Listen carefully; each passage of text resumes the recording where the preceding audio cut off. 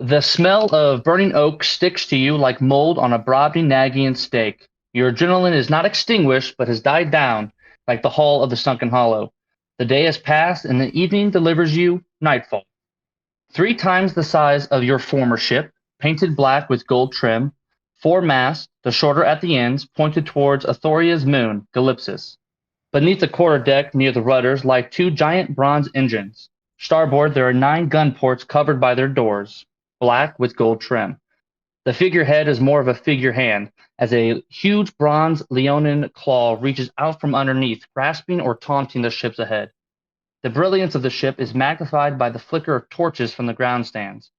On the shrouds of the tall left mast hangs by one arm a black-furred tabaxi with shawls that dance in the night's breeze. The ramp to the deck is blocked by a large ebony minotaur, shirtless with a large chain wrapped around him several times, like a belt. A very large hook that hangs from the edge of this chain. His atmosphere is stoic and intense as he gazes towards your group. Welcome. He stares at you guys down. What you doing? Well, hi. You're a big fella. This guy's probably close to 8.5 feet tall, thick and muscle. To his side, he has a sort of probably like a 5 by 5, 5 foot by 5 foot crate that's off to the side, and he kind of moves out of the way and motions for you guys to come aboard. Don't go ahead and saunter on board. Okay. Chunk leads the group. I assume everybody else follows. Lucas will take 1 second and just kind of like stare at like the kind of impressiveness of the ship and just kind of like not really salivating, but just like incredibly wonderstruck by it. I'll lean in towards Roy, which is kind of hard because he's like twice my size. Man, you weren't kidding. This is a lot cooler than our other boat. Right. I'm looking at the Minotaur. Can I tell where he's from? Go ahead and give me a history check. Mm-hmm. It could be. It was 2 I for got 1. No, it's hard. He definitely doesn't have characteristics of like a Tauranite, but he is big nonetheless. Mm-hmm. I am kind of squint at him a little bit, and give him a nod, and proceed up the gangplank following my companions. He nods back, and as soon as the last person would like cross his path up the plank, then he would turn around and grab the box, the crate, lift it up, and follow you guys on board. Chunk, you are greeted by Nada, who sort of like acrobatically dances off of the rope she was hanging on. Uh-huh. And she says, "Welcome aboard." I was just gonna say, I'm pretending to be a cat, so but obviously the jig is up with these. So I was like, look up and cranking my head and just, how's it going? It is going quite good this evening. And once everybody else joins, she sort of continues. She says, "Your quarters are in the barracks for now. No specific room has been designated for all of you." And she points off towards the claw in that direction. And she says, "Down those stairs on the right, there'll be some empty beds for you. Be that as it may, if you're hungry, unfortunately, the kitchen is closed for the night." Oh, it's okay. And I hold up the cauldron. I saved our leftovers. Roy didn't think it was a good idea, but I knew deep down it was going to come in handy. yeah, I would say that it's very, very fortunate that you have your leftovers. I assume everything went according to plan. And she's looking at you, Roy. Well, we didn't plan to catch the ship on fire. However, I'll look back towards where I assume the there's still a column of smoke extending into the night sky. Yeah. I don't think anyone will suspect what happened to the crew. Now, Captain, what we discussed earlier, I don't want this to become a habit. She smiles awkwardly. She says, "Of course not. I'm the first mate, first of all. You guys will meet the captain in the morning. But everything else that this ship does it won't be so on the nose. Criminal activity is not a thing that we openly do aboard this vessel. Sometimes action calls for it. But I would say that is close to 5 to 6% of the time. Everything else is just delivery of people or cargo.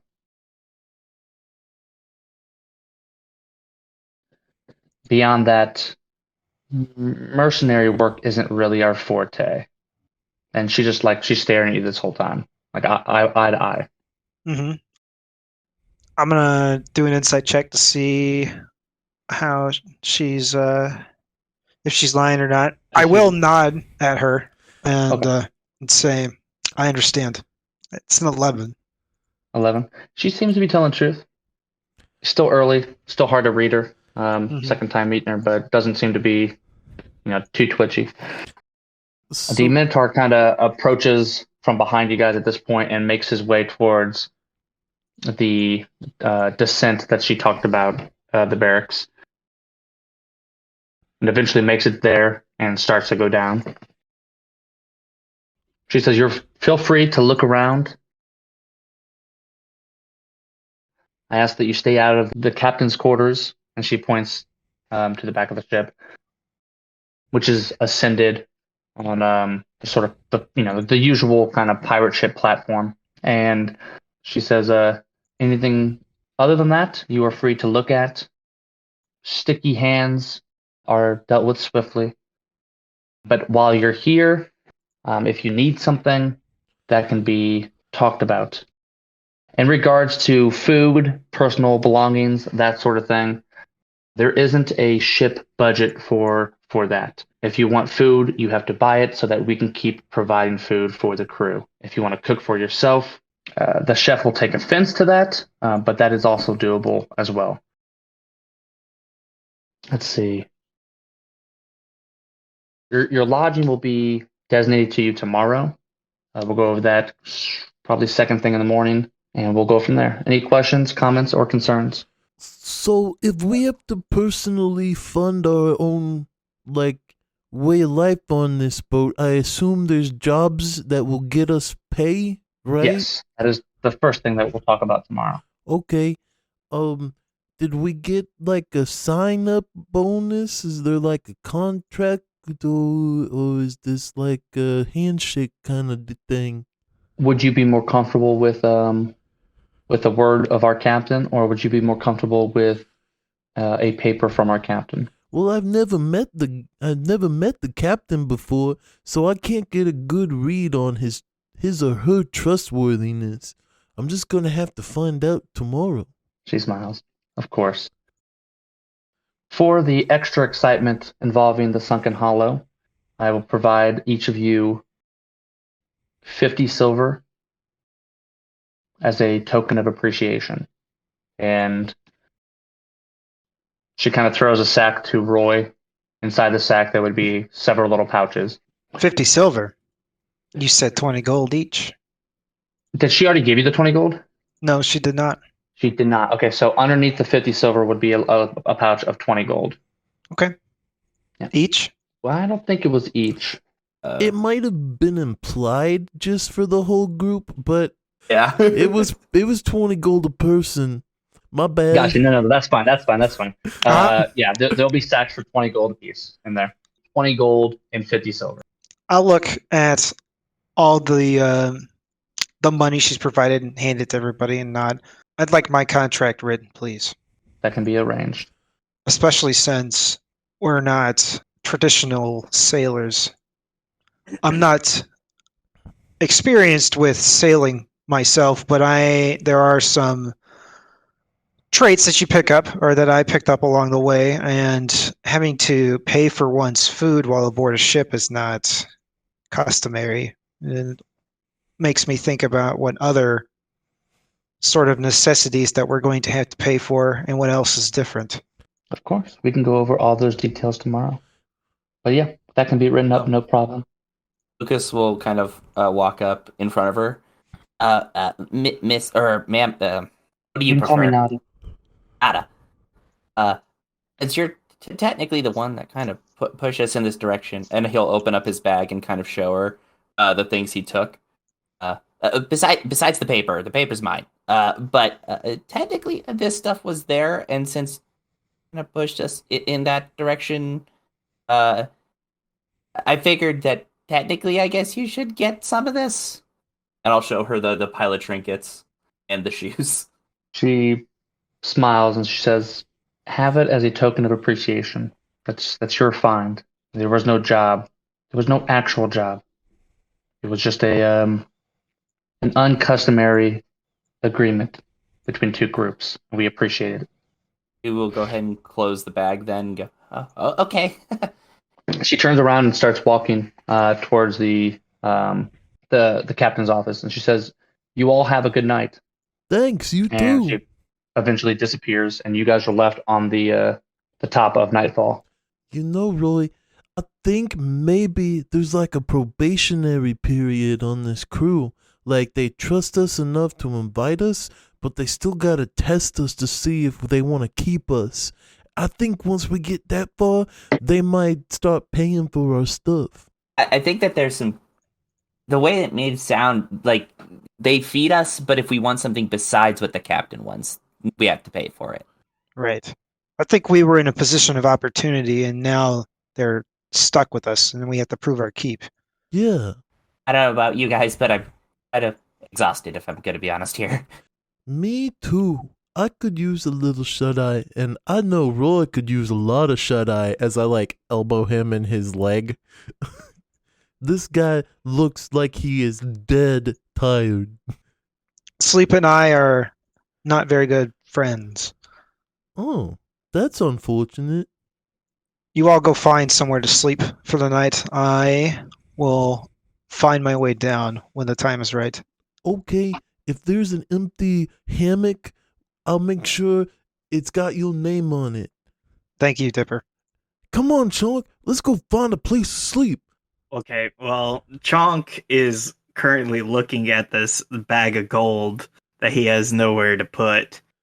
And then I'm gonna look up at Roy, be like, "Hey, Roy, can you hold on to this?" And toss it up to him, and then saunter off. I will hold on to Chonk's wallet. I'm adding that to my inventory as a unique item. It's gonna say Chonk's wallet. It's so weird watching you walk around on 2 feet. I try not to make a habit of it. Okay. Well, I mean, I've only known you for a day, so after a while, I'll get way more used to it than you being a cat. So, I'd rather. are you like the first mate? You could just choose to be a cat or a people whenever you want? Whenever I was younger, the world didn't care for me when I was a tabaxi. I was taken in as a cat, and so I learned to be a cat. Hey man, that's resourceful. But, you know, maybe things will get better enough that people can accept you for who you are.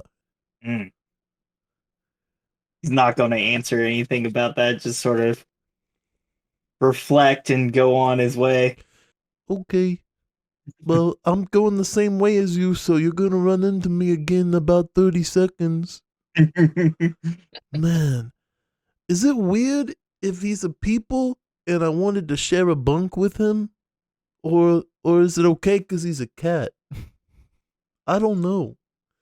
We'll figure that out later. And I walk downstairs. Does Lucas follow? Lucas would actually not, but he's going to kind of like look around the top deck for trying to see if anyone's in the crow's nest currently. Okay. Go ahead and give me a perception check. That is a nat 1, it looks like, for a total of 0. As far as you are concerned, there's nobody else on the top of this except for you and Roy. Perfect. Then Lucas is going to crawl his way up to the crow's nest and see if he can find just a nice little spot to curl up. Okay. Yeah, that will take some time. It's a big ship with a big mast, so you'll be working on that. The other two shorties will approach the staircase. The entrance to the underneath, the undership, is sculpted, it's sculpted wood, and it looks like two Leonins fighting. That's what the sort of the gate looks like, or the arch of the basement. And these are giant size Leonin, probably 10 feet each. And it's the space itself is probably about 10 by 10 for the staircase. And as you go down, there's torches that are dim that lead down a hallway, and it breaks off left first, and then the hallway continues down. And the left says med bay. It goes further down a little bit. It says cargo and barracks, and then once you take a right for the cargo and barracks, the cargo is on the left and the barracks are on the right. So you eventually make your way down there in the barracks, and you see probably upwards of 30, 40 people sleeping in here. Whoa. A bunch of snores, and it's almost like a musical instrument being played between the different harmonies of the snores. So, but you do see a little corner off in the back. There doesn't seem to be anybody occupying that little area. So I assume you head that way? Yeah. Okay. Are you doing it quietly? Are you just making your way there? How are you approaching this? I will do my best. Yeah. Okay. I'm Give a me cat. stealth check. Everything's quiet. Yeah. Okay. Here goes nothing. 21. Okay. 8. So the cat leads first, quickly patters through, dodging people's arms, amazed by the this musical instrument of people. Dipper kind of nudges into a couple people on accident. Nobody says anything. There's just some grunts, and then there is a ow as you hear knuckles crack as you step on somebody's foot. Sorry. Man, I forgot how loud this cauldron is when it smacks against my fire stick poker. Oh, and I start holding the cauldron. This person kind of turns over, looks like an elderly human male, kind of grumbles himself back to sleep. Before you're even 3 feet away from him, you hear his snores pick up again. You eventually make it to Chonk, and you guys pick your bunks. Well, it's up to you, little guy. Do you want top bunk, bottom bunk, same bunk? I'm going to attempt to jump up to the top bunk. Yeah, no, very easy. Easily done. You're at the top bunk. And it's cozy. Ascent to the crow's nest, Lucas, goes very easy, depending on your acrobatic check. Looking like a 14. Yeah, no issues. You make your way up. It takes you probably 7-8 minutes. Yeah. And as you get to the top, you do see someone in the crow's nest. This crow's nest is probably close to 15 by 15. It's decent size. And at the top, you see a weird-looking creature that just looks at you. As you approach, thinking nobody's in there, it quickly kind of turns on in a weird way. It brightens up the area when it sort of stirs, and you see arcs of electricity sort of dance and glide off of different orbs and make a sort of humanoid figure. Lucas would just freeze in place because if I don't move, it can't see me. What are you doing? He like looks between the thing. I'm sorry. I was just looking for a place to rest. I don't like sleeping Barracks are around. downstairs. This is I for the don't lookout. Sorry, I just don't like sleeping around people. Uh, well, what's your name? My name is Ark. Nice to meet you, Ark. I'm Lucas. I'm new here. You are a kobold. Yeah. And you are a Genasi. Oh, that's cool. I've never seen a Nazi before. I have never met a kobold. Oh, I'll stick out my hand. Nice to meet you. It grabs yours with an orb with a little like lightning sort of arcing off, making fingers. It doesn't jolt you or anything. It's all pretty restrained. He shakes your hand and then he goes back to his line of questioning. Which department are you joining? Department? I don't know. I kind of just got pulled in today, so I don't know the departments yet. A new recruit. Yeah, what are the departments?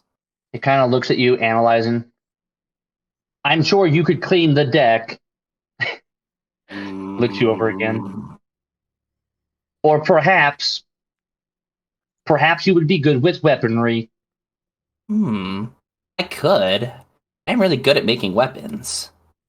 What would be the closest thing to like being able to make weapons? That would fall under the armory. Okay. Is that like an engineer position? I don't know. That is not my department. I am the bosun. I work with management of the ship's upkeep and repair. Oh.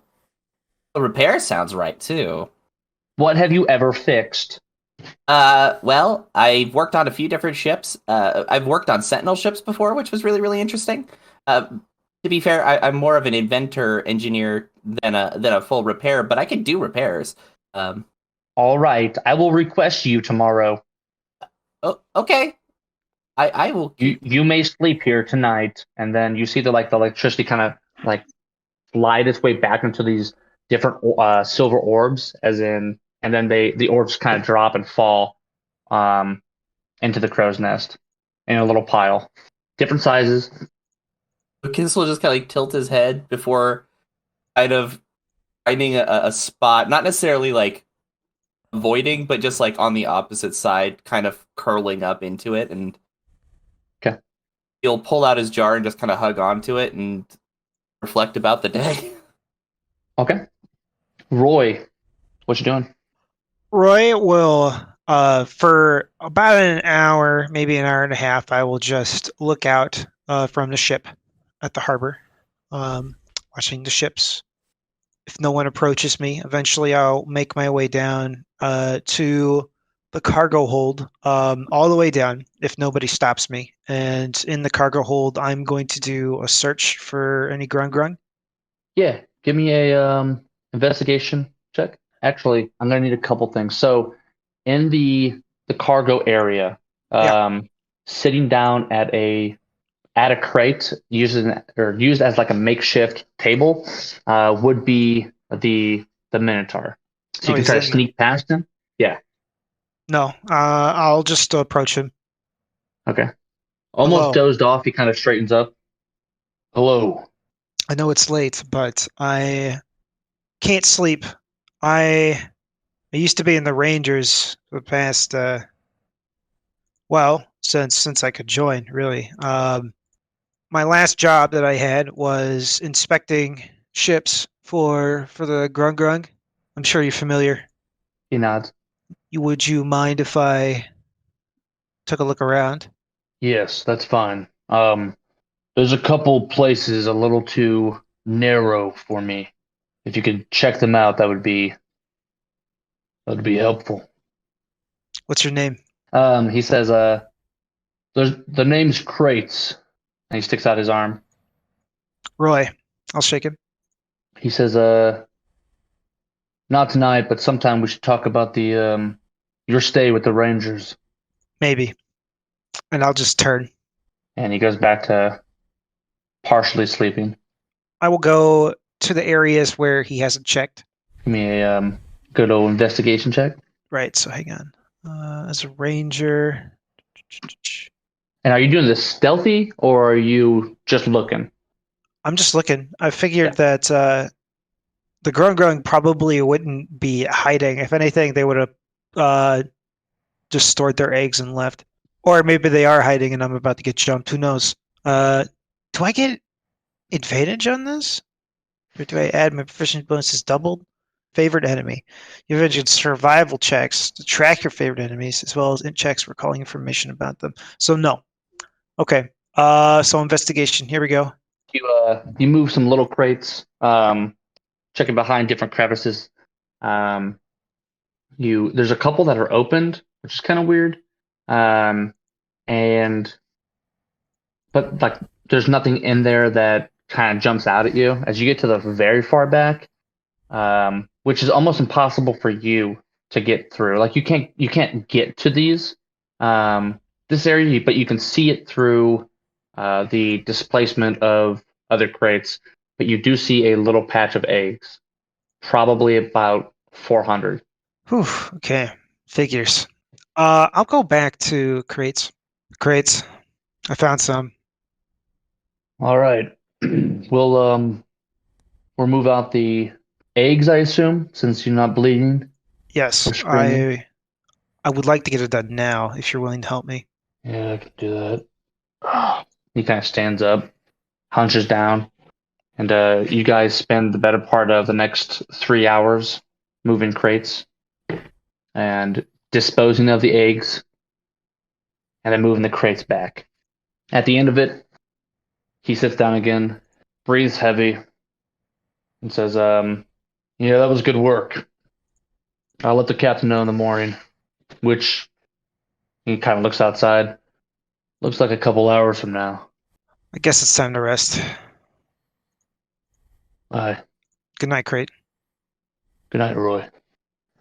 Rory will go up to the barracks at this point and find a cot to lay down. Okay. As you lay down, a little bit of time goes by. It's hard to read because you don't got keen mind. But probably too quickly, you're woken up by a loud sound. The entire group is. A loud roar thunders through the ship. This is kind of weird for you guys, but everybody else, like, well, the rest of the crew kind of hops to it, starts packing, tucking in their beds, if they're on beds, straightening up their stuff, their area, and then start making their way to the top of the ship. Very quickly, you guys are kind of like left behind. Dipper sits up. He sleeps in nothing but some boxers. So all of his stuff is hanging up off of his bunk post. It's like, what's going on? That was really loud. And I hop out of bed. I start like hobbling in my pants and getting my clothes back on. And well, I guess I could leave this here. And then I grab my fire stick poker and I leave the other stuff. I'm like, come on, Chunk, we're gonna be late for work. Chunk's just gonna roll out of the hammock and try to land on all fours. Easily done. It's That's in your nature. really cool. I wish I could do that. Graceful. Years of practice. Okay, I might try practicing starting now. I hop back on the bed and then I roll off. Give me a dexterity check. Okay, here we go. 5 minus 1. Oof. Face plant. Oh, Boom. oh! By the way, did we get a long rest? Yes. Well, Everybody's at Roy. Yeah. Yeah. That's good. Roy would have he would actually got up pretty quick, along with everyone else, except whenever he wakes up initially from the loud roar, he kind of like jolts up and he reaches for a dagger and grabs whoever the nearest person is next to him. That would probably be Dipper, to be honest. Yeah, so Whoa. there would have been an interaction where Roy would have walked up. Sorry, Dipper. Chunk falls on you. Gabonk. Yeah. Oh, All right. I'm up. Everything's fine. okay. I don't know what to say. I've never been this scared in my life. And that's normally not a thing that happens to little people like me. Sorry. Be thankful you don't live on the streets, Dipper. Oh, well, okay. I'm thankful I don't live on the streets. Hurry up, we're gonna be late for work. And then I put on my pants and do the whole face plant thing. Roy does not wait for his companions. He'll go up to the top decks. Lucas, you are woken up as well, and Ark is already assembled, kind of pointing at the exit hatch for you to leave. Doesn't say anything. Thanks, Ark. Talk to you later. Thank you. And then, yeah, you make your way down. Everybody is sort of grouped up on the deck, looking towards the captain's quarters, and Nada is already leaning against one of the masts. It looks like she's like sharpening a dagger or something, and puts it away, grabs out another, starts the same process. Eventually, the captain exits the captain's quarters, and he makes his way towards the group. He says, "Thank you for moving with such haste." And you see a Leonin with a dark black mane, cream-colored fur, wearing trousers, and has a red sash around him. To his side, he has two twin scimitars that kind of are hanging down, and he says, "We have a lot of new people who have joined our crew over the last night. I kind of want to introduce everybody, lay down some ground rules, maybe separate into your jobs, and get an idea of what you are good at. Captain Oberon, that is my name. You can call me Captain or Captain Oberon. This is Nada Glimfang," and he points to Nada. "She is my first mate." He points over to behind everybody else, kind of sitting down, a two-headed giant-looking creature who stands up. He's like, "This is our second mate. He's head of navigation. This is northeast and southwest."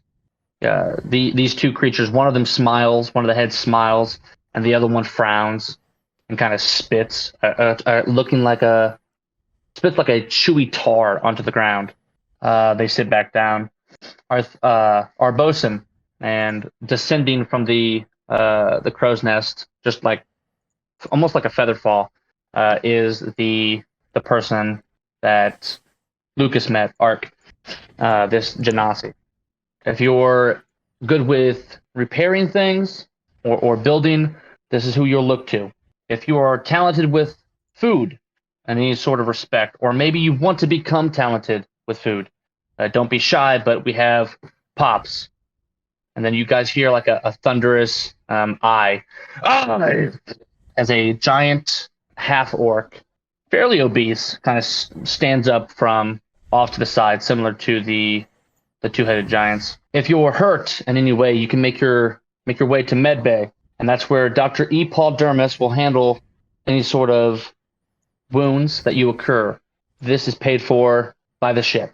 A sort of classy, slightly elderly, kind of like a silver fox, Furbolg kind of stands up, a monocle in one eye, and he does like a polite wave to everybody with a big smile. If you have a strong back, crates can use help lifting the cargo that we procure from our destinations, and crates kind of stands up, shrugs, and kind of sits back down. If you're good with weapons, categorizing, making, building, reconstructing, aiming, firing, anything that falls under that sort of purview, that will be with Sploder, and a little hobgoblin kind of steps forward. If you go with the fuse, if you go with the cannonball, I can put you to work. The captain speaks up again. He says, These are the heads of the different departments on this ship. The heads are to be treated with utmost respect.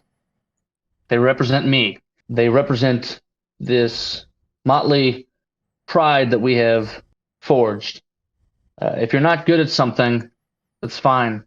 We will educate you, we will teach you, and we will expect you to perform your duties.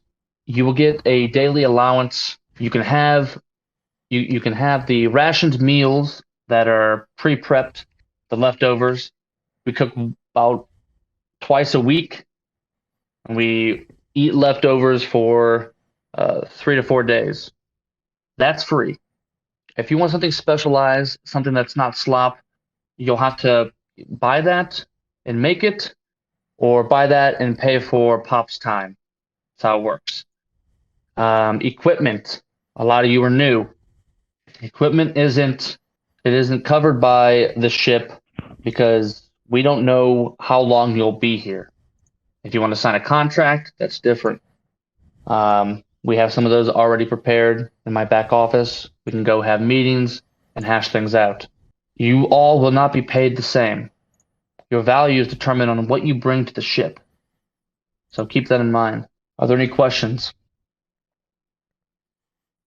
And he's speaking loud enough to for everyone on the ship to hear him. How many other new recruits are there besides the 4 of us? There are 15 in total. Also, I'm paying attention to everyone on the boat. What's the ratio of belts to sashes? Because I've noticed a few of them are wearing sashes. Are you asking me? Yeah. Or okay. There are far more sashes than belts. Okay. But notable ones have belts. Nada has 3 or 4 belts on her. What's it called? Not a corset, but like her vest. Yeah, vest. The captain doesn't have a belt. Crates has a belt of chains. But that's kind of the more notable ones that you would notice. Okay. I'll keep that in mind. He kind of, after that, he makes his way towards he thanks everybody, and then he makes his way towards the captain's quarters. Nada speaks up and she says, all right, I've been informed by a couple of the higher ups, people they kind of want to recruit to their departments. So Spiff, you can go with Sploder. Nigel, you can go with Pops. Lucas, you can go with Ark. And Roy, you can go with Crates. The rest of you can kind of line up. The captain will go over, well, including you guys, line up. We'll talk about pay, and we'll go from there. Any questions before I leave? All right, thank you. And she leaves. Everybody gets in a line. I assume you 4 kind of stay together in order. Sure. I'll kind of wait to see how awkward the line forming starts. Oh, it's very awkward. And then I'll be like, see, if there's no one really leading anybody, the line just doesn't work. I'm going to go to the back. Roy will form it at the front if no one else wants to take the lead. Okay. Yeah, Roy would be the first one in line. 2 other people kind of jump in. The line starts to form. I said 17, correct? 15. 15. Besides us. Okay, so eventually Lucas and Chonk jump in there, and Dipper's at the back. Yeah. Roy, you're the first to enter. Nada and Captain Oberon are sitting down. Captain's at the main desk. Nada's kind of off to the side, and there's a chair in front of the desk for you to sit at. I will sit down. Hello. Thank you for joining us. Like I said, my name is Captain Oberon. I am the captain of this vessel, Nightfall. I heard about your work last night from Crates. Honestly, I'm impressed that you're awake right now. So I think we're off to a good start, I would say. Nada informs me that you worked for her before, and she was impressed by your work. So give me an insight check real fast. Yep. It's a 6. Okay. And she was impressed with your work. So Crate has made a motion to have you join his group and deal with cargo. Are you against this? Are you okay with this? Well, sir, This is the only resume that I have, and I will put a round medallion. It's actually a pin, but it's got the face of a medallion on the table. In the middle of the medallion, there's a Taranite skull, and underneath it, there's an arrow crossed with a lightning bolt. He nods and he says, how many years? 10. 10. All right. I will inform Crates that you will be joining the armory. I think that would probably best suit your past. Do you operate well with cannons, rifles, tactics? I assume because you're still alive after 10 years that you're. If it's all the same, sir, I would actually like to join the infirmary. His eyes kind of widen. He like looks towards Nada, and he's like, he kind of gives you that like, oh well, okay. I have the basics of field medicine down. Well, let's just say loud noises and I don't get along very well anymore.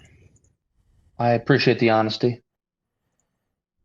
I will let the doctor know that you will be joining him. We'll probably start you off with a modest income per day, 5 silver. It's basic, but it adds up. Well, that changes with missions. If we send you out, those depend on what the mission is. It's a case-by-case basis. There's not a flat rate for that kind of thing. But if combat will be involved, most likely we'll send you. So 5 per day. Understandable, sir. I don't have they didn't give me anything for this, but I was trained with the Rangers, not just in the Corps. So I do have proficiency in scouting. Okay. I'll keep that in mind. And he kind of lifts up a piece of paper and kind of drops it, lets the air sort of like flatten it out as he sets it on the table. This is the contract. I use as few as words possible to get to the point. I figure we'll sign 2 copies. One for you, one for me. Roy will attempt to read the contract as he's been duped before. Yeah, it's basic. It just goes over that you have a room, that you get 5 silver a day, and you're expected to work in the infirmary for at least 6 hours a day. I assume the missions will be case by case basis, depending on what we gain or what the job is. understandable, sir. And Roy will sign. Okay. And he will also sign. Give you your copy. If you wouldn't mind sending the next one in. I'll nod and turn to leave. Eventually, we make our way towards Lucas. All right. Lucas walks in, takes a seat, I assume. He kind of sits there. He's kind of like rubbing his hands back and forth. He's a little nervous. But yeah, he will go ahead and sit down in front of the captain. He introduces himself. I am Captain Oberon. It is nice to meet you. Nice to meet you too, sir. I heard you met one of our shipmates, Ark. Yeah, he was honestly really interested. Is he like, maybe this is rude, but is he like a crafted construct, or is he just like that? He smiles. That's not why we're here at the moment. I'm sorry. You're right. You're right. But no worries. No, he is not crafted. He was born like that. He knows that there's others like him. He's not sure where. So every place we stop, we kind of look around for people who look like him. But keep that in mind. Yes. Anyway, your title, your job. Yeah. You have a couple options. Where do you think you'd fit best at? Well, part of me wants to go with Ark because he mentioned repairs and like building stuff. But at the same time, I'm also really good at building weapons. And then I kind of pull out the schematic. I have a little bit of my previous work. I don't have a lot. A lot of it was lost.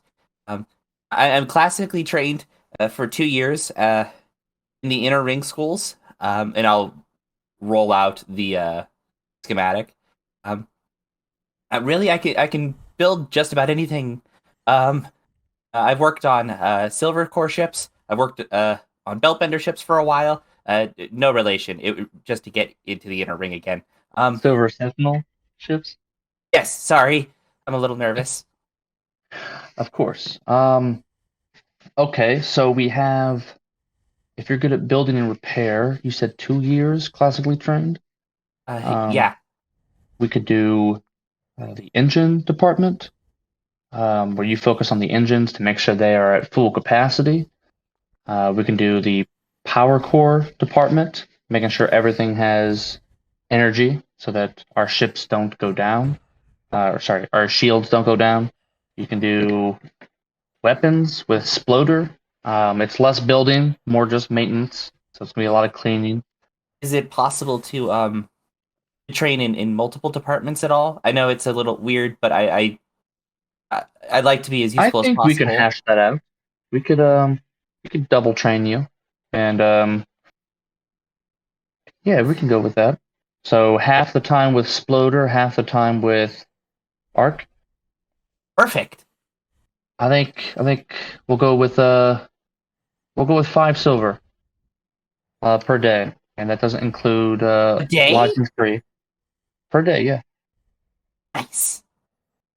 and depending on your proficiency, that will go up or down. I don't know if we mentioned that to anybody else before him, and Nada kind of shrugs. We'll let them know. Anyway, I will let them know. Do you have any other questions for us? Um, more of a request, and I will kind of like roll up the schematic. Um, I haven't had a lot of these in a while. It seems like they're kind of scattered. I know it's kind of rude to ask, but if we find any, they have my name on them. Can I have them back? He awkwardly looks at Nada. Sure. Yes, that's fine. Thank you. Honestly, I wasn't expecting to find them again. Just knowing that they're out there has been enough. And yeah, that sounds great. Of course. Can you send in the next one, please? And I will go ahead and jump down. And as I'm leaving, I'm gonna pull out my jar and pop a shroom, kind of munch happily away. Okay. Chonk, you're the next one to enter. How's it going, sir? Put out my hand. He sticks his hand out, shakes you. My name's Captain Oberon, and you are? I'm Chonk. Chonk, it's nice to meet you. Where do you think you would be placed best at? What kind of skills do you have? Well, I can get into small spaces. Good with locks. I don't really do weapons that much. I mean, I guess I can help clean them if you need me to. If you need me to go into small spots, I can do that. We do have an opening in the cargo division. I think crates would be appreciative having somebody be able to get in tight spots. Counter his big personality, right? He smiles. Yes. I think some assistance would do crates some good. So we could start you off at 2 silver per day, and see what kind of skills we can add on to that. Sounds good to me, boss. Alrighty. He shakes your hand again and asks you to send in the next one. Will do. Okay. Eventually, we get down to Dippa. Wow, I've got to say, I've only been on 4 boats now, and especially compared to the last one, this one is a marvel of craftsmanship, sir. He kind of puffs his chest out and smiles and says, "Thank you. I greatly appreciate that. We've put a lot of time into cultivating this ship and its crew. My name is Captain Oberon, by the way. Yes, Nice to meet it is a pleasure. My name is Dipper Orion, and I give him a firm handshake. He shakes your hand and says, "So, tell me a little bit about yourself, Dipper. What kind of skills can you bring to the team?" Well, sir, I am recently retired. I owned my own business. It is a family-ran business. I made belts, and I show him like the belt on my britches. I'll even take it off and lay it on the table. I'm really good with tinkering with small metal, mostly into the shape of buckles, but I can learn new shapes. But I'm really good with leatherworking. Besides that, halflings are always kind of on the hospitality side. I'm really good with cooking, and I'm really good with cleaning. And judging by how your normal mess hall runs on a twice-a-week schedule, that's perfect for me to do 2 jobs. Yeah, I think we could split you between Pops and maybe have you help in the engine department. They have a lot of small metal pieces that they need to Sure. have made and replaced.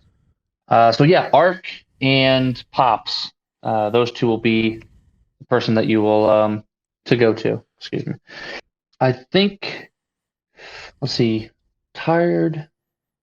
I think we'll start off with 3 silver per day, and we'll see how proficient you are between the 2 of those jobs.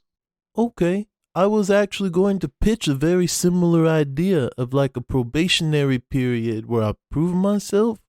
So that way, after it's done, we can review my performance and maybe bump me up towards the higher scale.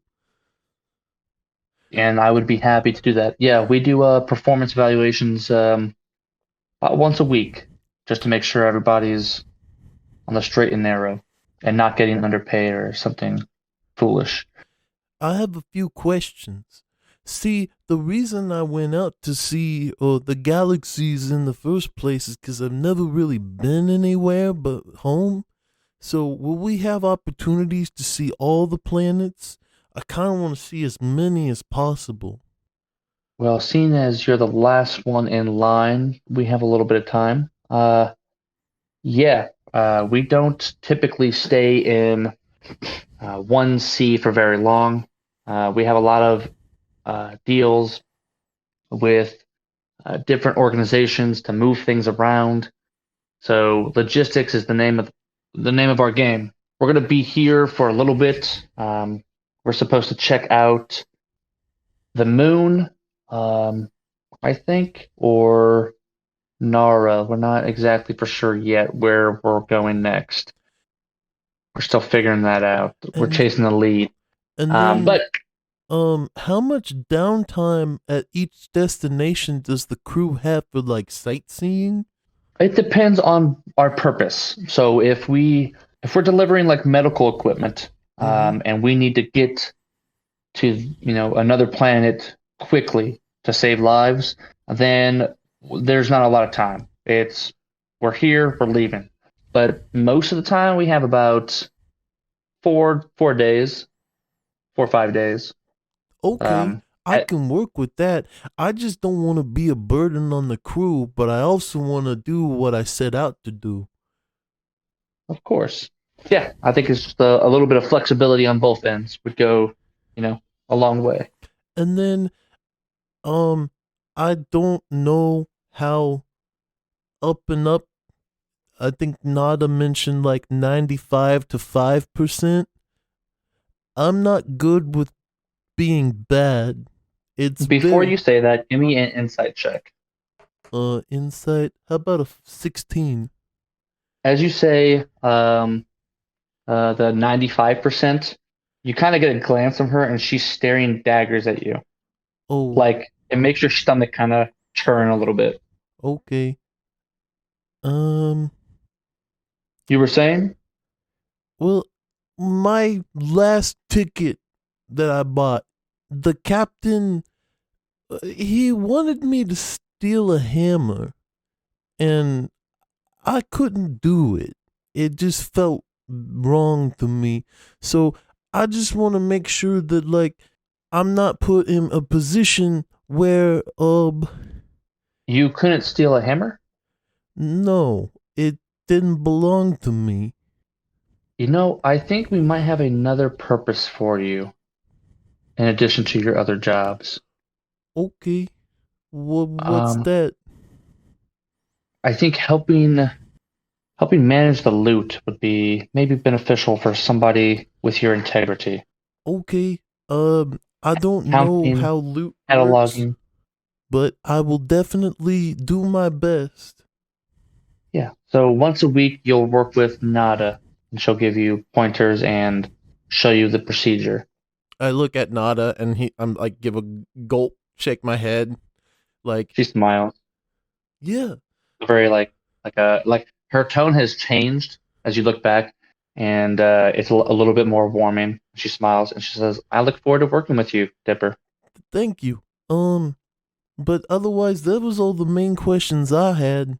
He As nods. far You as guys to shake your hand again. yeah, as far as a contract goes, maybe after our first performance review, I'll sign in and commit. I just kind of want to test the waters myself, kind of like you are with me. That sounds fair to me, Dipper. Okay. You head out. A bell is rung and chow is being served below deck.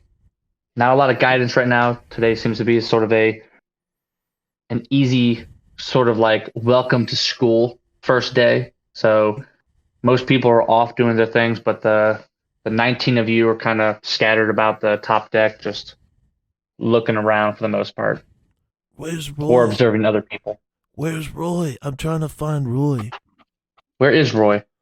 Roy would not have stuck around. He would have reported to Epodermis. Okay. Was he a doctor? Dr. Epodermis? Yeah, Dr. E. Paul Dermis. So unless he's still on the deck, Roy would not be there. Nah, he would have left. Yeah, but you do find him in his med bay. So yeah, you don't see Roy with first glance. Oh man. Well then I'll try and find familiar faces and get my lunch tray. I know somebody's probably eating right now too. I assume Chonk is eating. Yeah, I followed the way to the food. Okay. Yeah, you guys meet up. Lucas, are you in the mess hall?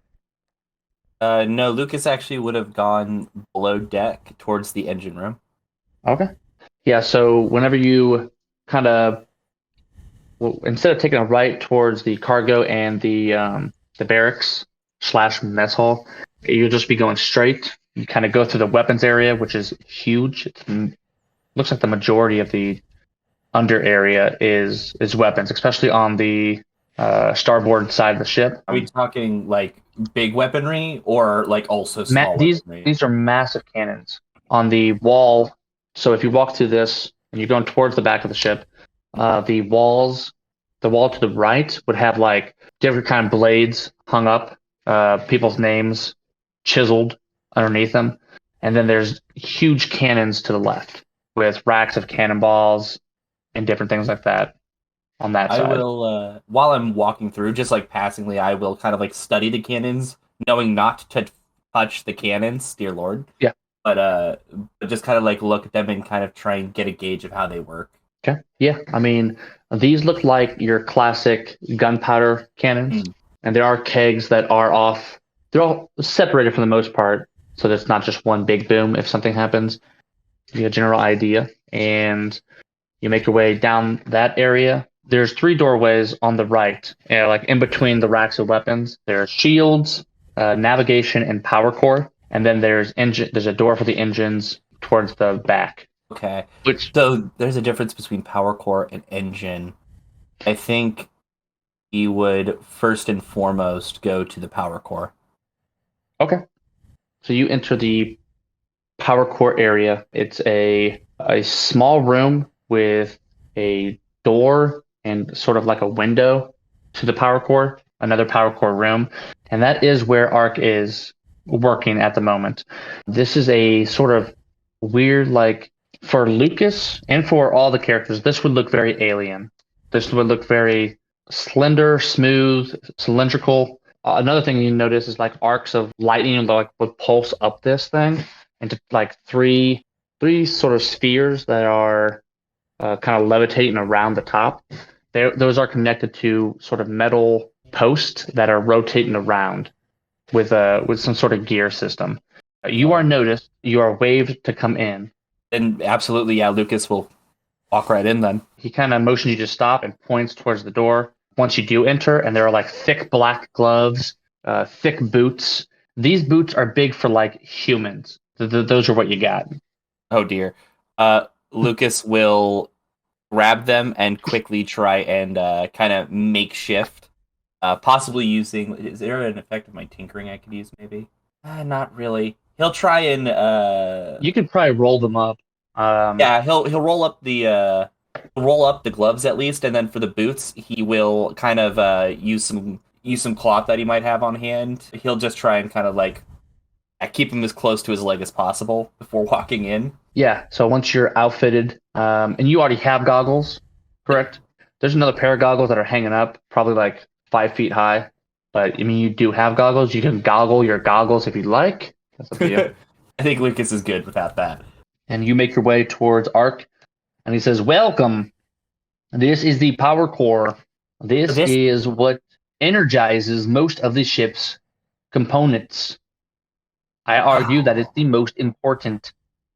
Yeah, no kidding. How does it work? What is this? And he's kind of pointing. He knows better than to shove his hand in the way of like something that is obviously glowing. But he is kind of like pointing at things and kind of like, how does this work? What is this?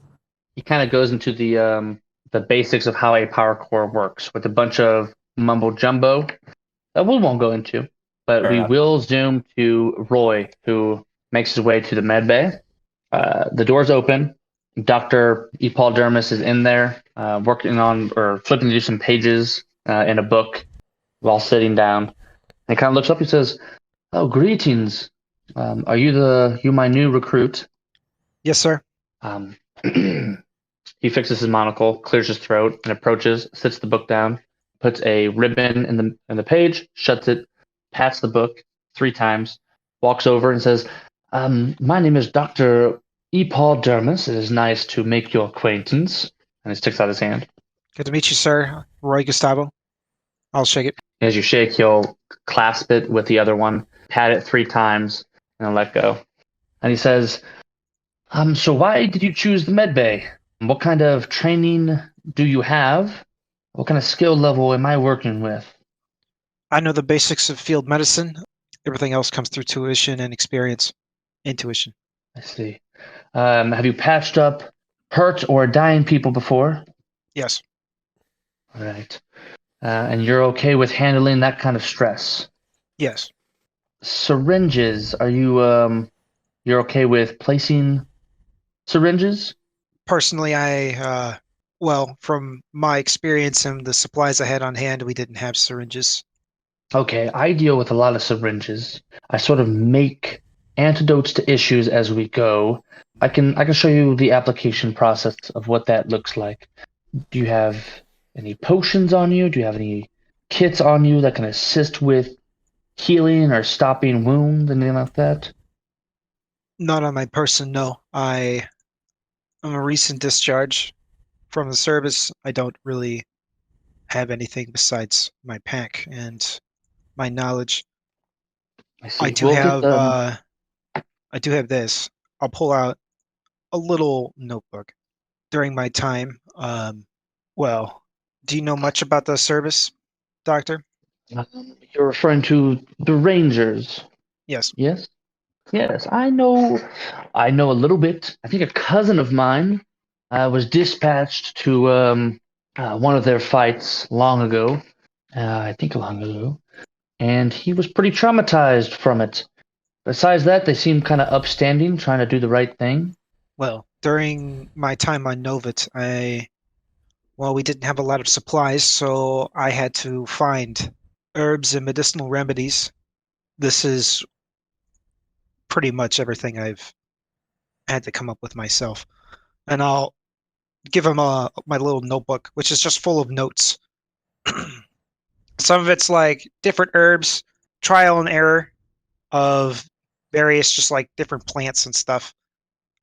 Various musings, as well as like a couple of very they're kind of poorly drawn, but they get better as it goes on. But like little diagrams of how to like reset bones and different types of stitching. He says, "Huh, You said Novit, correct? Yes. He kind of takes his own notebook out, jots down a few notes. He says, "Yeah, I'll kind of look through your notebook and kind of add any notes pertaining to anything you sort of missed with what you were working with. Would that be okay?" Yes. All right. I'm not the. I wasn't the best student. There's a reason I joined the Rangers, but I won't stop until the job is done. That is good to hear. I will start you off with one of these, and he reaches up to a cabinet, pulls out a little sort of it's like a pouch that's bound with sort of like a thick paper with twine wrapped around it. He says, "This is a herbalism kit. This will guide you through different antidotes that you could possibly make, stopping wounds from worsening magically, if you could create the right concoction with it. And then I'll give you one of these, and he'll give you a tiny vial. This is an emergency healing potion. This isn't for some small wound. This is if somebody is knocking at the door and they're going to depart. You give this to them, and they'll put that stuff to the side for a moment. All that dying nonsense. I'm aware of how valuable these are, and I'll store it. Besides that, if you want to help kind of go through these notes, this is the anatomy of a galax. And we're trying to see if we can take any parts of this thing and add it to anything we need. If we could salvage one for healing purposes, weapon purposes, clothing, anything." And he kind of gets a stack of papers and puts it on a table and starts looking through it. I'll help. Okay. Right. Yeah, he doesn't say anything. He just gets down to work. Back at the power core, after the explanation of the device is explained, you are led back out towards the engine room. Do you take the time to drop off the boots and gloves? I probably would. If is there the you described it before? They're like on hooks normally. They were just laying at the base of the door, off to the side. Yeah, I still would, just because if somebody else needs them. Okay. And you follow him to the engine room, a very large room in comparison. It's closer to, and so the engines themselves, which you can see from the outside, the bronze engines, probably a fourth of both of them go into the ship. And you can see the different panels that you can kind of lift up and inspect. And there's wires, cords, tubes, pipes that lead from those off to the right side towards the power core. There's some that lead off to the left side towards the weapon area. And there's some that go straight up. But in this room of gizmos and gadgets, there are a couple tables off to the back right and back left. The bosun is on the right side, kind of going through the different things. He says, "Alrighty, so this is the engine room," and he kind of puts his arms up in like a grandiose sort of way. It's incredible. This is an incredible piece of machinery, and as he's like walking around, he would do a check to make sure he doesn't see anything that seems immediately out of order. Yeah. In fact, with the ships that you've been on, with the different engines, this is the tidiest that you've seen an engine room. There is no dust. There is no sludge. There is no grime. There is only sparkling perfection. You can see where different things have been repaired, but they're not repaired in a way where it's like, I'm going to slap on this metal and just bolt it there and hopefully that works. Like, it's like welded, looks nice. Everything's labeled. Go ahead. I would ask that as soon as I see that, I go, "How did you make repairs this seamless?" And then you see like his little orb hand, kind of just like three arcs, kind of just form a peak, like kind of like a Death Star style. Whenever it shoots, the lines, and there's a bright light at the edge of that. Ah, okay. Yeah, I'm gonna need some tools to do that, unfortunately. And then he lifts up his left hand, and there is a little satchel, and he kind of tosses it towards you. Lucas would try and catch it. Okay, yeah. And you have tinker tools. Oh. And he says, really "This will help you." No kidding. Is there anything you need me to do? I can get right to work. First, we will study schematics. You must know what you are working with. And he reaches for a fucking tome. This thing is bigger than you. And he sets it on a table, and he opens it to the first page. And yeah, it is, to the common person, nauseating. To Lucas, heavenly. Yeah, he would just immediately start like trying to absorb as much of it as he can. And what languages do you know? I happen to know Draconic, Gnomish, and Common.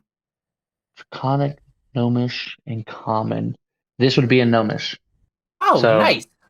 Yeah. Okay. So yeah, you guys get to work on the thing. We zoom back to the chow hall. The old boys eating some food, eating some slop. How good is this slop? Honestly, the consistency, not great. Right? It's like what's it called? Like oatmeal almost. The flavor though, impressive for what is being delivered in front of you.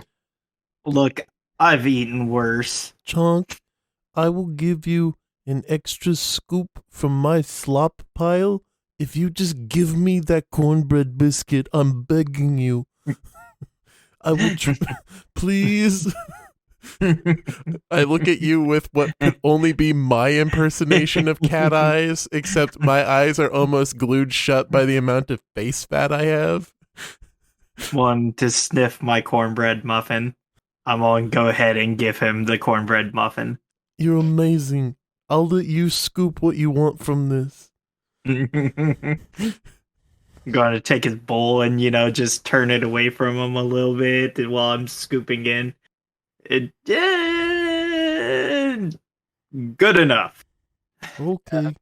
Thanks. Right before you take a bite of the cornbread, you guys hear like loud footsteps. And then you just hear, "Hey!" And you kind of turn around and you see Pops, like in all his mighty, pointing towards you, Dipper. Yeah. And he says, "Someone be leaving the kitchen. Can't stomach it. I need a help." And he throws you an apron. Aye, It's sir. time.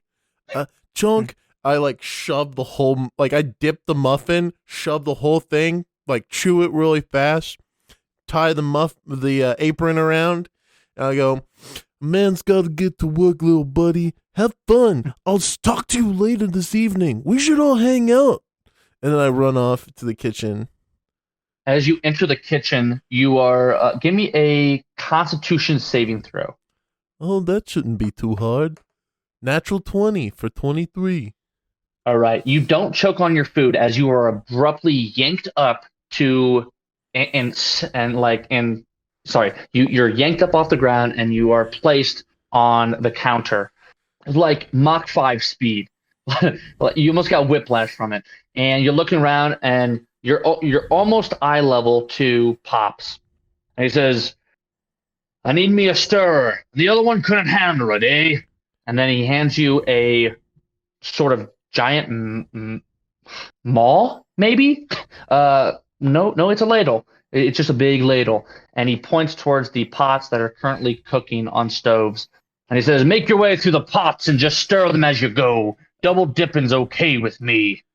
And Yes, he kind of sir. goes back and takes a big old butcher axe and starts hacking up some meat. Blood kind of flying, in different directions. Wow. I start stirring, and I as I go, I inspect the quality of the cooking. Okay. It ranges from this is for very new people to, okay, this is clearly for the captain because it smells heavenly. It's almost tempting to not try it. Oh my god. I look at the spices and stuff on the walls and kind of like get my bearings of, okay, what's he putting in what? And like, What languages do you know? I know common and halfling. You don't know what these spices are. Could I try and There's some smell red it? ones, there's some green ones, there's some blue ones. Can I try yellow and ones. smell it out? Sure. Yeah, It's yeah. kind of like, do I recognize similar scents? Like You'd recognize a couple. Probably you recognize one as a sort of like a spicy pepper, and you recognize one as like a sort of like a saffron.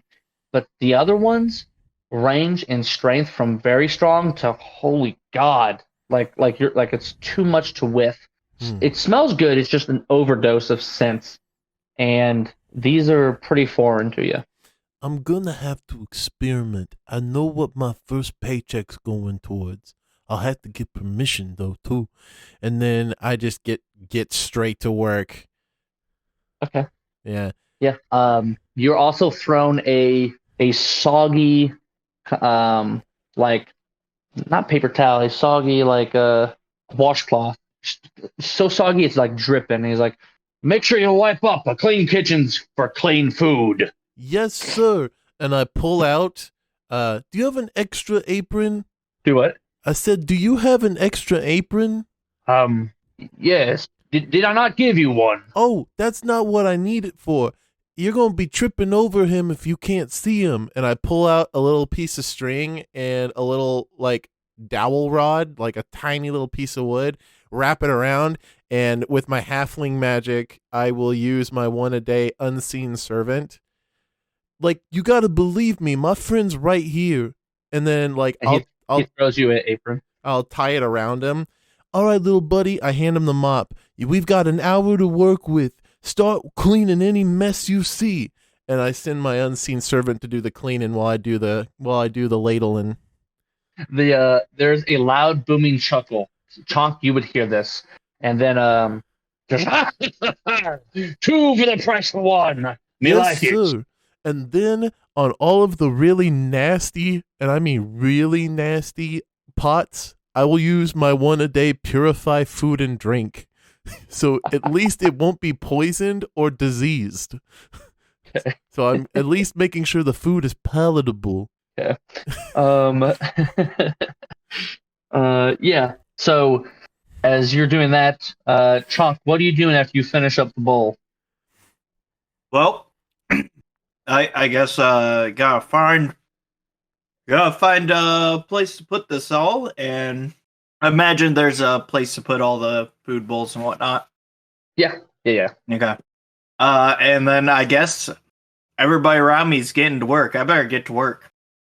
So, and there's not much point to keep up the facade around these people that have already seen me as I am. So I'm gonna just meander my way to the cargo bay.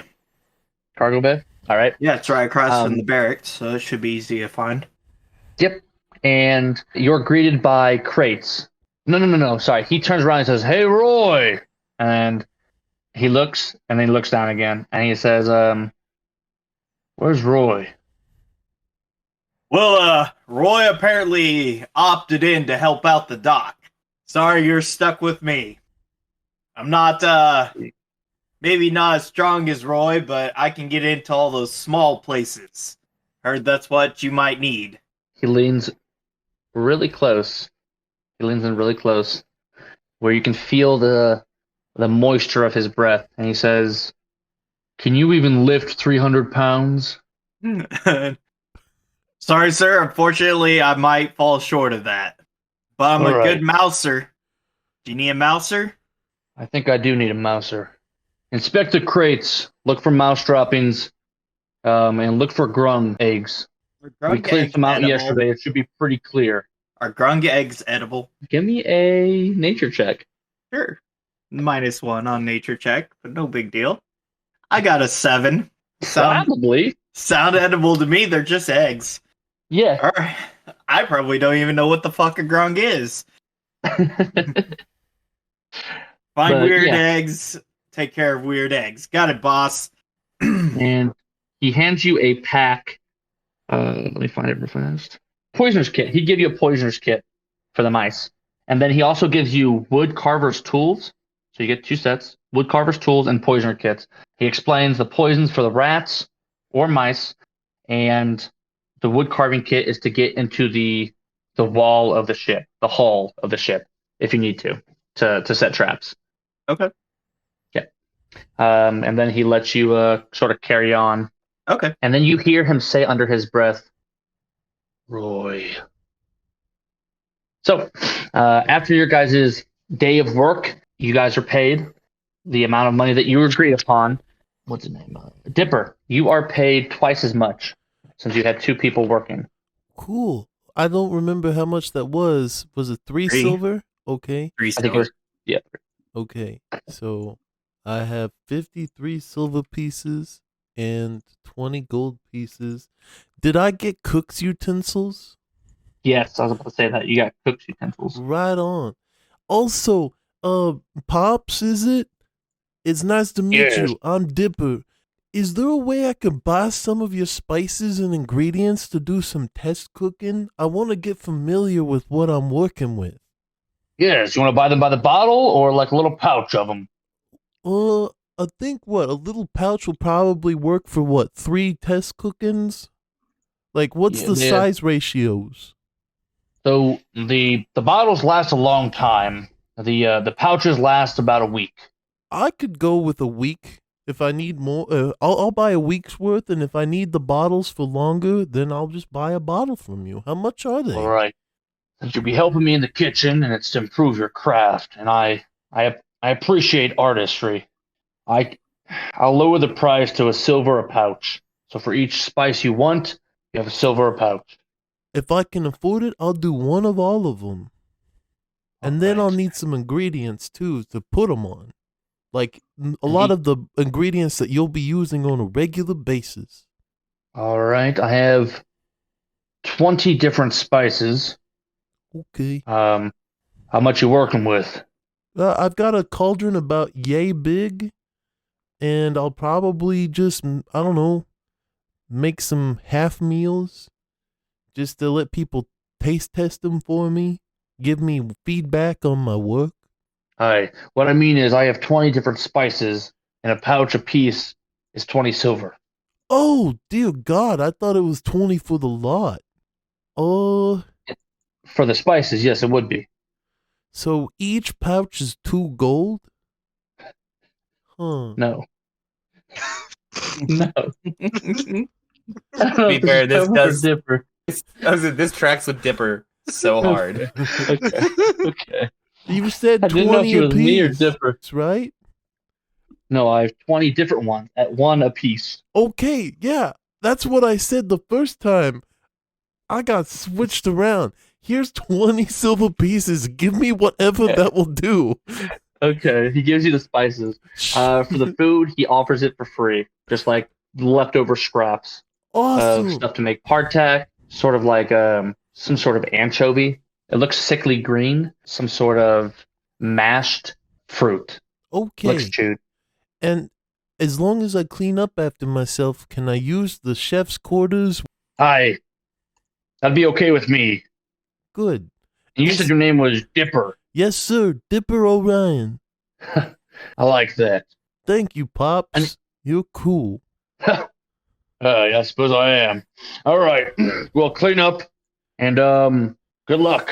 There's some cookbooks up there if you want to look through them. I don't know if you read Orc, but they're there for you. Could you teach me? Because I don't know any of that. I could try to teach you. Okay. While I'm talking with Pops, is he a belt man or a sash man? Oh no, belt man. This man has probably 7 different belts on, and each belt has like a variety of ingredients attached to it. So like pouches of fish, pouches of bread, pouches of different meats, pouches of sauces, seasonings. This man has earned my respect. Sir, you have earned my respect. It'll be a pleasure working for you. Smiles and nods. Hi, welcome to the team, to the crew. And then he starts to head out. I will begin the process of prestidigitating all of the mess away. Okay. Because I probably lost my unseen servant. I'll pick up the apron wherever it fell when he disappeared. I'll see you tomorrow, little buddy. And you guys are shown by another deckhand you guys' room. You have a room that you share, just the 4 of you, 2 separate like bunk bed sort of areas. The top bunks would be wood with a thin bedding material, and then the bottom one would be, geez, what are they between trees? Hammock. Lost for words. Hammock. Yes. Dear Lord. Oh my God, I love hammocks. Can I have one of the bottom bunks? Yeah. I think that makes a lot of sense. I want to go top because need a solid place to sleep. Okay. Works for me. What about you, Roy? You a top bunk kind of guy or a hammock man like me? Roy's not there. Oh, Ooh. I keep thinking I'm gonna run into Roy. Oh, Dipper, I forgot. And then I will walk over, and when I will pull out my tinker tools and a couple of the pieces of scrap that I managed to get my hands on. If I have to, I'll use stuff from the trinkets. But I will really quick whip something together, and let me do this. And I'm going to put it on your chest, and then it's going to. It looks like a little ladybug. It's going to quickly sew up that cut on your shirt from the other day. Whoa. There we go. Told you once I got tools that I'd actually be worth a damn. And I will take it back once it's done and disassemble. There we go. Well, thanks. Now, you promised me more hot soup. I'll smile at you. I haven't gotten it yet. It's okay. I've eaten my fair share of slop and cornbread, but I'll get you when we got a chance. Did you get any slop or cornbread? No, I didn't eat. I was kind of busy. Okay, well, guess what? I also got all this. And I show off the ingredients. I'm gonna test these spices and learn how to cook with them. You're gonna be my taste tester. Oh, so, I can do that. So, yes. I will go ahead and take one of the pouches and I will sniff it. Give me a con check. Saving throw. I'm gonna sound proficient. 21. Yeah. You actually kind of recognize this. I was gonna say, this reminds me of Felg a little bit. What is this? I don't know. Half of that stuff is in Orcish. I didn't even know it was in Orcish until he told me. I'm gonna just take a little claw, and just put it on my tongue. What is this?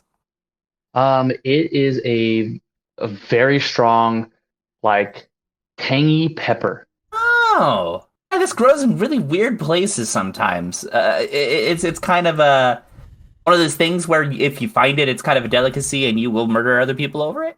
Well, it's only a silver piece, so it's not that important.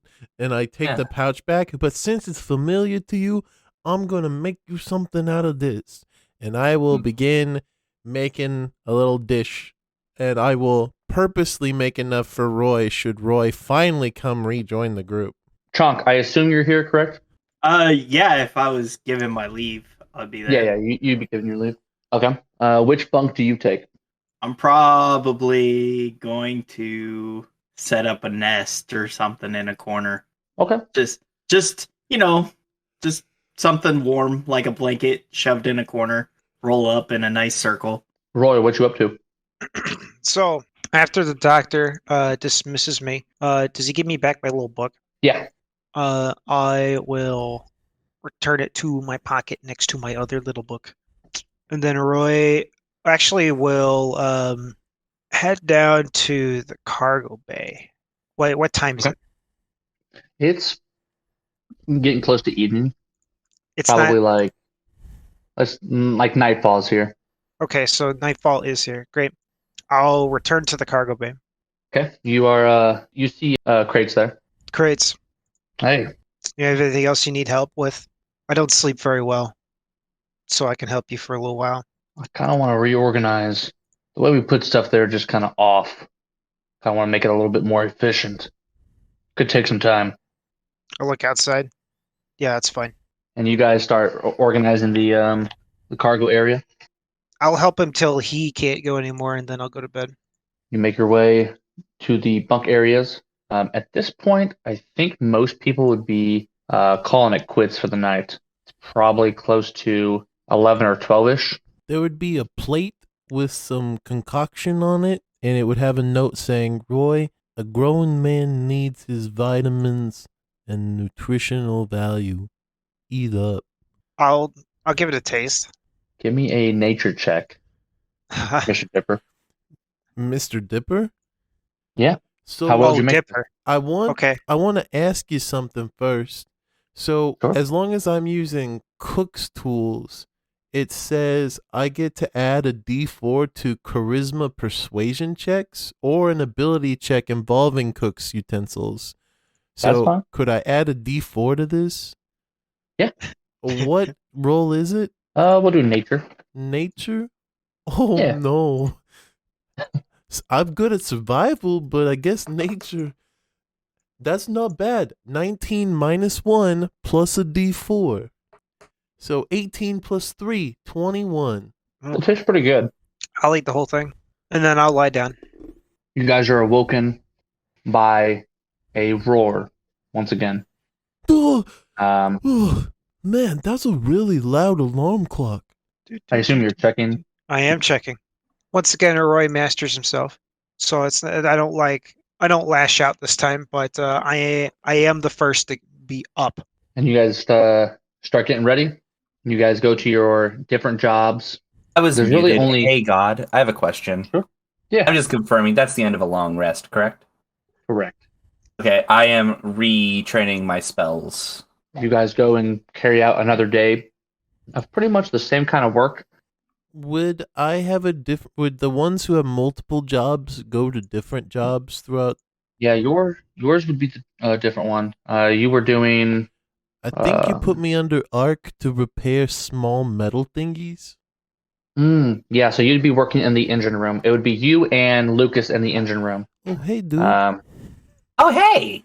I told them What are I you can. doing? I told them I could take tiny bits of metal and make them into stuff. So you tell me what parts you need made, and as long as it's small enough, I could help. Oh.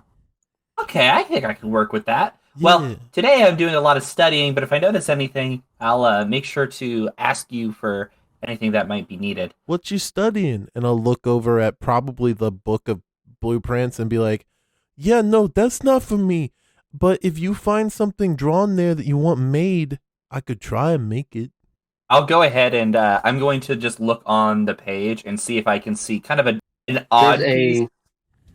There'd be like a spring nut coordinator, a little jig that would could be made. Could you do something like this? Maybe. It's definitely not a belt buckle. Are there another set of tools like yours in here? Is Ark around at the moment? Yeah, he's around. Ark? Yes. Oh, thank you. Do you have another set of tinker tools for my friend here? Of course. Welcome to the engine room. And Yes, he brings sir. you a little stack.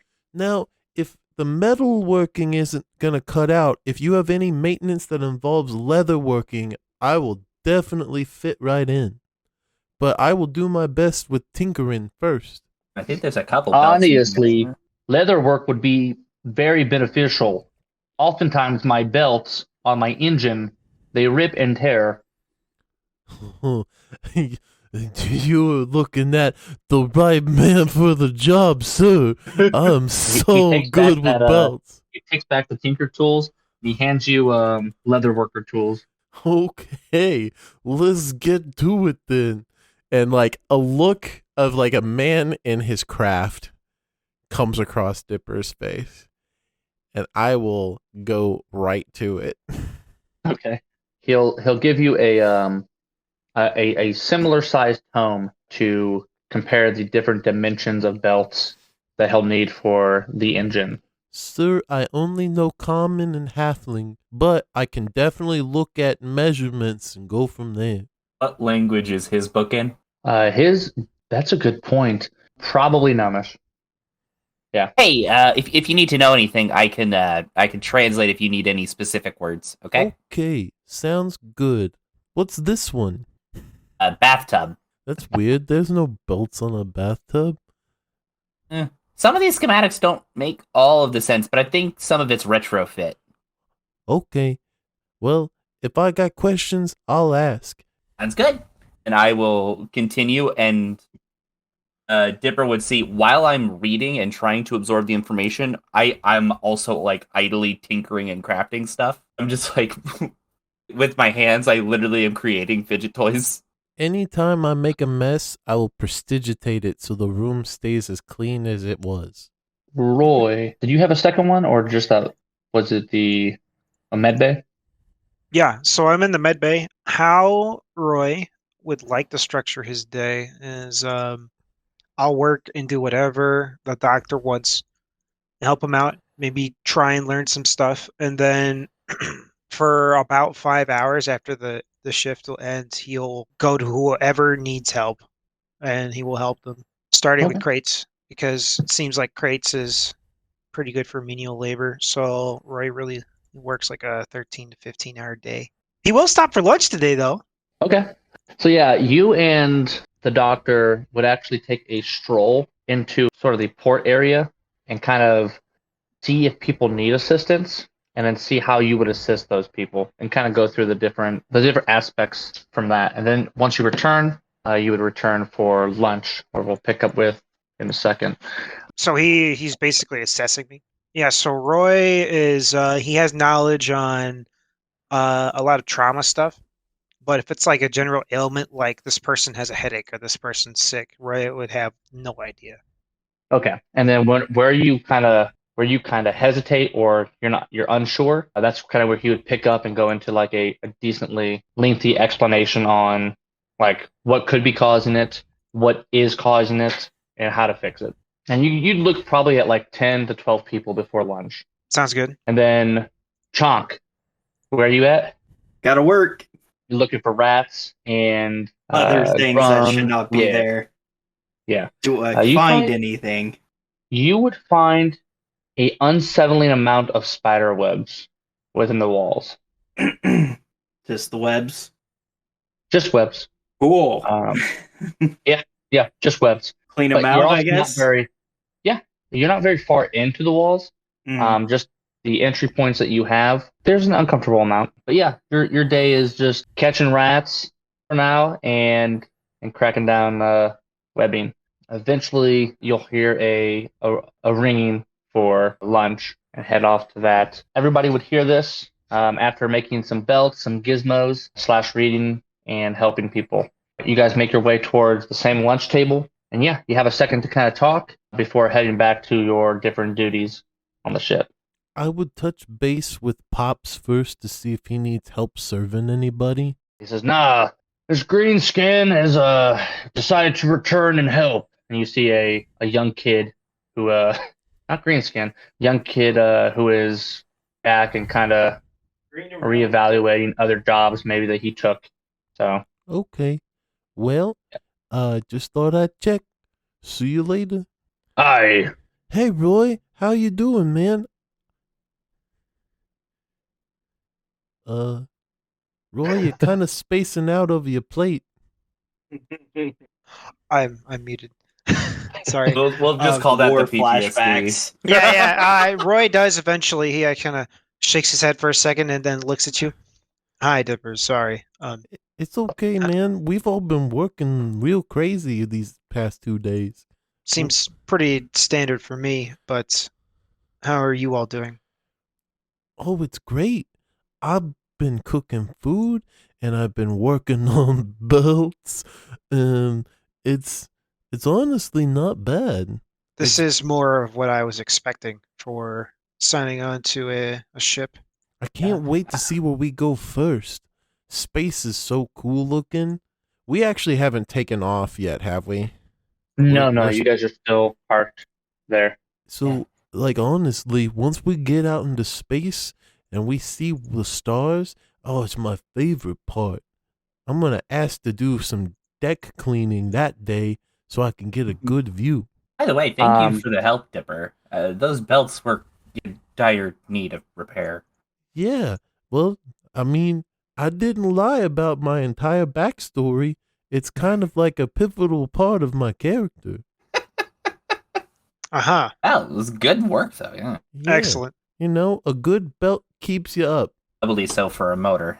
Mm-hmm. And I noticed somebody ate all the food I left for him yesterday, so it must have been good. Thank you for that. I skipped lunch that day and dinner. Once I learn some more of these spices, I could start making food that's designed to help people sleep if you want more. But I'm not going to promise you anything until I know what they all do. Right. Well, thank you for the food. I don't really care what I eat, so I appreciate it. So I'm gonna have to find my way over to Pops because Did you ever stop by the table? yeah. Okay. It's just I got an idea. I wanna see if it pays dividends. Oh, okay. You would have seen Chonk covered in like webs that like you can't quite get, and also dust. He's a dusty, chunky boy right now. Uh-huh. But maybe I can make a deal with Pops because I've been finding a few rats. Might spice up the menu. Okay, roll me a d8. Okay, I We'll can see do how many that. rats you got. Yeah. 3. 3 rats. Okay, and these rats, they are rats, so they're probably a third of your size. Mm-hmm. But yeah, you approach Pops with his food-stained white apron. Hello, little kitty. Hey, Pops, I got a proposition for you. Aye, what be it? See, I've caught these rats today. I didn't have to poison them or nothing. Are you interested in buying these off me? Maybe add them to your meals? What's your going rate for a rat? Silver a pop for a pop?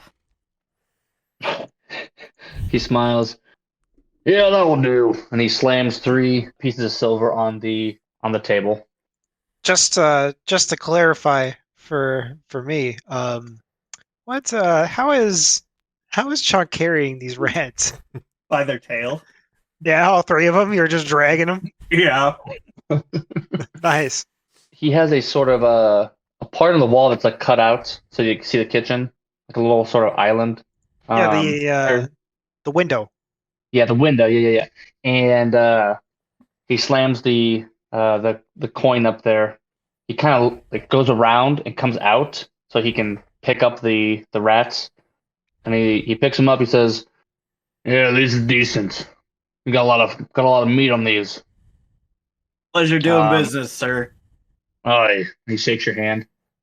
Almost out of socket on accident, but not quite.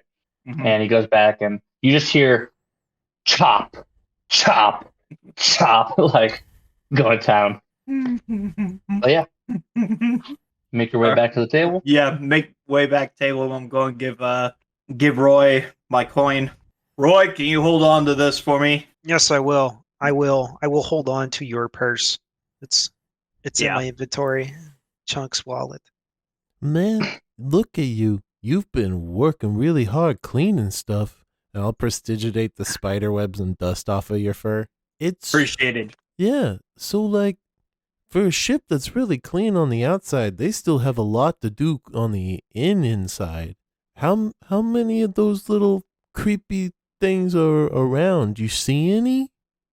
Didn't see him yet. I barely made it in. Is that a good thing or a bad thing? Like, I don't know whenever spiders are a good thing. So, have you told anybody yet? I imagine I would have told Crates. Yeah, he seemed unamused by the tale of spiders, and he would have just said like, "Can you just clean them out?" Yeah, fair enough. Never know. Comes with the territory. Well, I don't like the idea of sleeping with all those things around me. Ugh. It is actually spider webs, right? It's not like some sort of gunk or some shit from I can't think of the grung. No. This is for sure spider webs. Okay. Yep. Also, you guys are approached after a little bit towards the end of lunch by Nada. She approaches your table and she sits down. She says, "So we have a bit of a job we'd like to send the 4 of you on. It's off ship on Astoria. Before we leave, we have a couple things that we're looking for. Pops is looking for a Dilax egg. Wants to cook up some mean omelet, apparently. Honestly, a Dilaxian, excuse me, it could feed us through a couple weeks. Having protein for a couple weeks is kind of important. So, what are our thoughts?" So you want us to get the manner of speaking, of course, the chicken and the egg, or just the egg? Yes, the chicken and the egg. Okay. I've never met a Galaxian. Well, you obviously knew it was a chicken, so that's a good start. Yeah.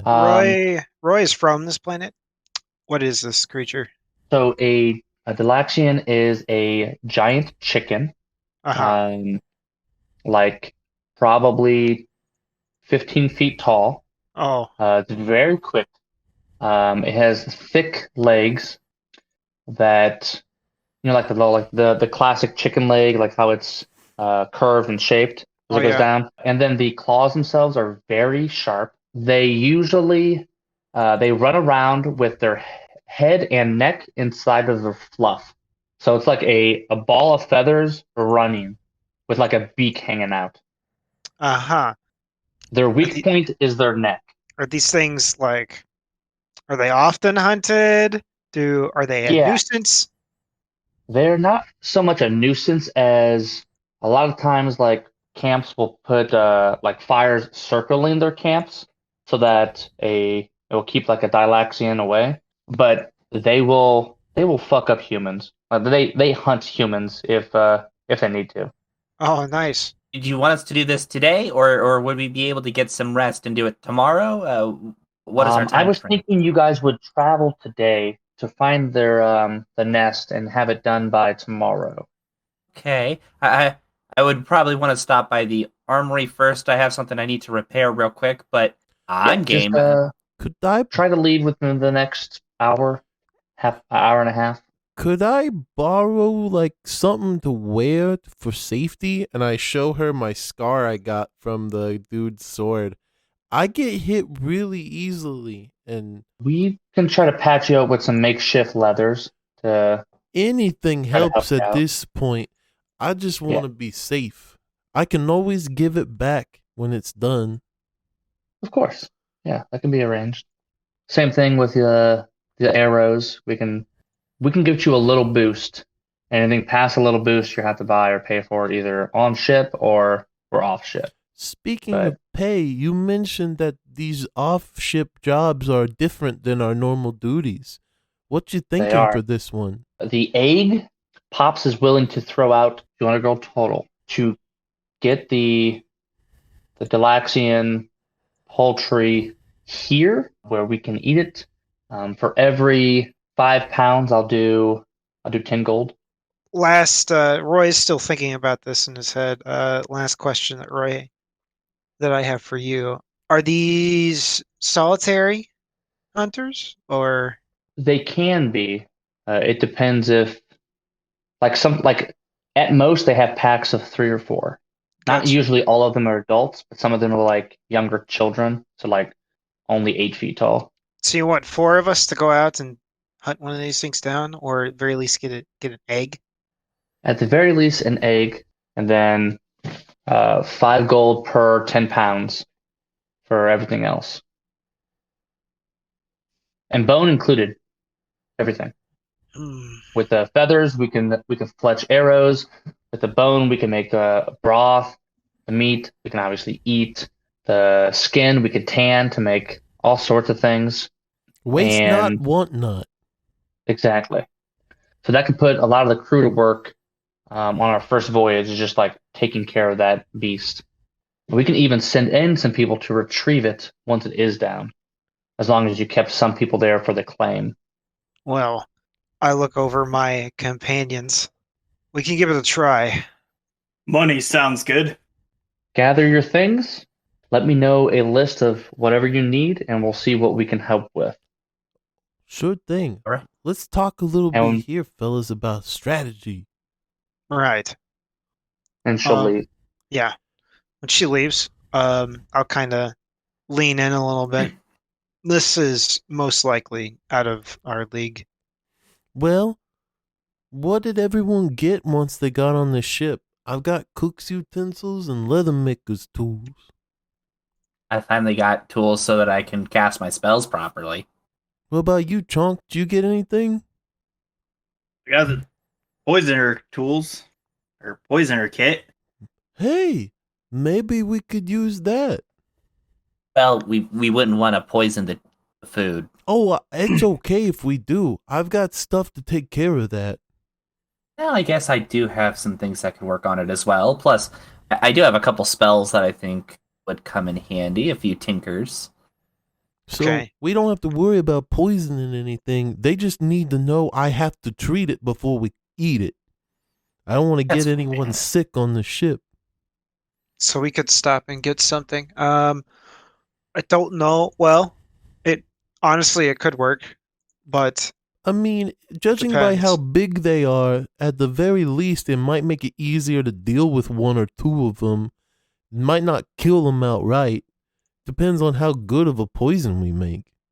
Not so much of a poisoner. I did receive some tools from the doctor. If I stop by a couple of stores I know outside in the port, I might be able to get us something to patch us up while we're out. However, we definitely need to do something about you. And I gesture to Dipper. You on two things, Dipper. So while you did do good back on the other ship, and I understand why you were a little hesitant, this similar to those people, this thing will not hold back. And its objective isn't to kill you, its objective is to kill you and eat you. Yeah. Well, so I don't know if it's gonna make a difference in the heat of the moment, but animals, you kind of understand what you're getting into. It's when it's people involved is when it gets really iffy with me. I just Right. haven't seen a Dilax though, so I can't act like I'm gonna be a-okay. I understand what comes with dealing with an animal. You know? How is he like? Is he lying to me? And but is he chill? Oh, I'm being straight up honest. Okay, pretty honest guy. All right, Dipper. I'll trust you to come with us and help, but you got to get something better than the fire stick. Well, I mean, it's my go-to. You know. It's a fire stick. Eh, look, if it makes you comfortable, I'll hold a dagger. I'll have one on me, but I feel more in my element with this thing. One of these, and I will pull out a gun. I don't know how to use that. Oh, I guess that's fair. No guns, please. What? No guns, please. That was my main weapon. I would appreciate it if you didn't use one. Fine. I'll just shout at it. Make a silencer. What about you, Do Chunk? What weapon Yes. do you use? I'm just gonna flex out my hands a little bit. Oh, right. You're kind of like close up and personal. Still full cat, huh? Served me well so far. All right. Well, I suppose I've dealt with worse. So I can try and find one of these things. Hopefully, just one. My little buddy could grab the egg, depending on how I can heavy lay the it. egg is. It's true. I can lay a Or trap. it could also be used as bait. These Yeah. things, these things hunt people. A Dilaxian egg on average is about 30 pounds. Yeah. Mhm. Never mind. My little buddy could not do that alone. These things hunt people. If we have, even if it's magical in nature, a people-shaped piece of bait, that would help a lot. Well, I mean, does it have to be people or can it just be like meat? I'll be bait. Oh, I've fought giants before. I'll fuck them up. Well, I'm sure you'd be okay, but these things could also, this thing will run you down. They're very fast. It'll fucking try. It'll succeed. are We you? need to, I believe laying a trap is definitely the way to go. I do have a little bit of experience in laying some traps. So we could do the snare, and as long as we have like some bait in the middle, something to maybe poison it, we're gonna have to Yeah. go and get something from like the market, like a poison. Maybe Well, pool our funds. do we got want to poison. buy? Do we want to buy back one of the rats from Pops? Tell him it's to try and get him that big old chicken. That could do. We also need to get you and I something else besides our basic clothes here, because these things can tear someone up if they're not properly protected. Sure. Does it chase based off of sound? Sight, sound. It I might can't have see. something that wouldn't require somebody to be in harm's way. And then Lucas will pull out a pull out a piece of paper and just start scratching into it like ideas. Sure, that can help. Well, if you I'm can make noises, you can make our bait meat scream in pain, Oh yeah, that'd be really easy. like it's dying. That's doable. Now, so then that leads to the two hardest issues: finding one of these things that has an egg, and then killing it. And making sure Mhm. it's by itself. Because what Yes. if we get one trapped, but then there's another one? We'll have to be careful, but at minimum, if we could get it trapped, that would get over the issue of killing it. Is things that are trapped are easier to kill, generally speaking. Could we double up traps? Like yeah. a magical trap? I don't know what you were talking about earlier, but like the trap you have in mind and a pitfall trap, so if they fall extra deep? Well, mine would lift them into the air and trap them. But if we also had a pitfall as a backup, that Like if would they broke probably free. be a good idea. Yeah, So, exactly. in theory, good idea. Practicality, not so much. We only have what they want this done in a day. Oh yeah, and it's like 15 feet tall. Yeah, these things are quite Oh. large. So being able to dig a pitfall that big, very hard. The weak The point is problem- its neck. However, it's protected by its natural fluff. So, Roy, most of the time when they attack with their beak, they lunge out like a snake. So their neck is probably like 4 feet long. Okay, I'll explain this. Okay. So do you think if they got hoisted up into the air and they were hanging upside down, their neck would accidentally fall out? Maybe. It's possible, and it would protect us. It's probably not going to be able to aim upside down well, and we would have better aim. Yeah. I think that this sounds like a doozy of a plan. And the best part is all we have to do is make a fast acting poison that would make it really hurt. We don't have to wait a long time with another poison to kill it. We just gotta get them and bum rush them. Yeah. And Roy, one more thing because you're Yeah. native. Between 1,400 and 3,200 pounds. Yeah, these things are massive. Can snare hold that much? I don't know. I'll tear. The real question is the real question will be how big it is. God, with that knowledge, can I ask if I could determine its size class? Yeah, it's probably huge.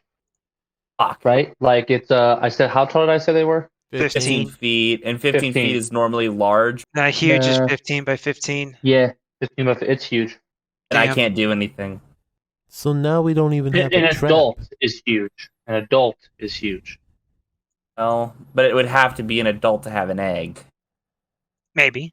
Who knows? We can. I mean, we could find a small one, to be fair. You said it gets up to And- 15 feet. We also don't have to kill it. The real question comes first. The chicken or the egg? What do we want? I think I if we say- steal the egg, it'll 'Cause- throw it into a frenzy. Because we know for certain an egg will give us 200 gold. But the other one, it's based on weight, which is a lot of weight, mind you. But that one's the one with the price range. We could just go for the guaranteed 200. But then we would have to probably sneak in, get the egg, and that's going to be difficult in its own right. I could probably do it. I could probably do it. Hmm I could probably do it, but I would be everybody willing- looks at Dipper. I would be willing to try. And I could definitely carry the egg. But I For a don't know small if adult, you're looking at 700 gold, by the way. I kind of feel like maybe it's just me, but I feel like we could take it. let's do it. I think it is just you. But if we set all of this up and it goes through, then we might be able to get one.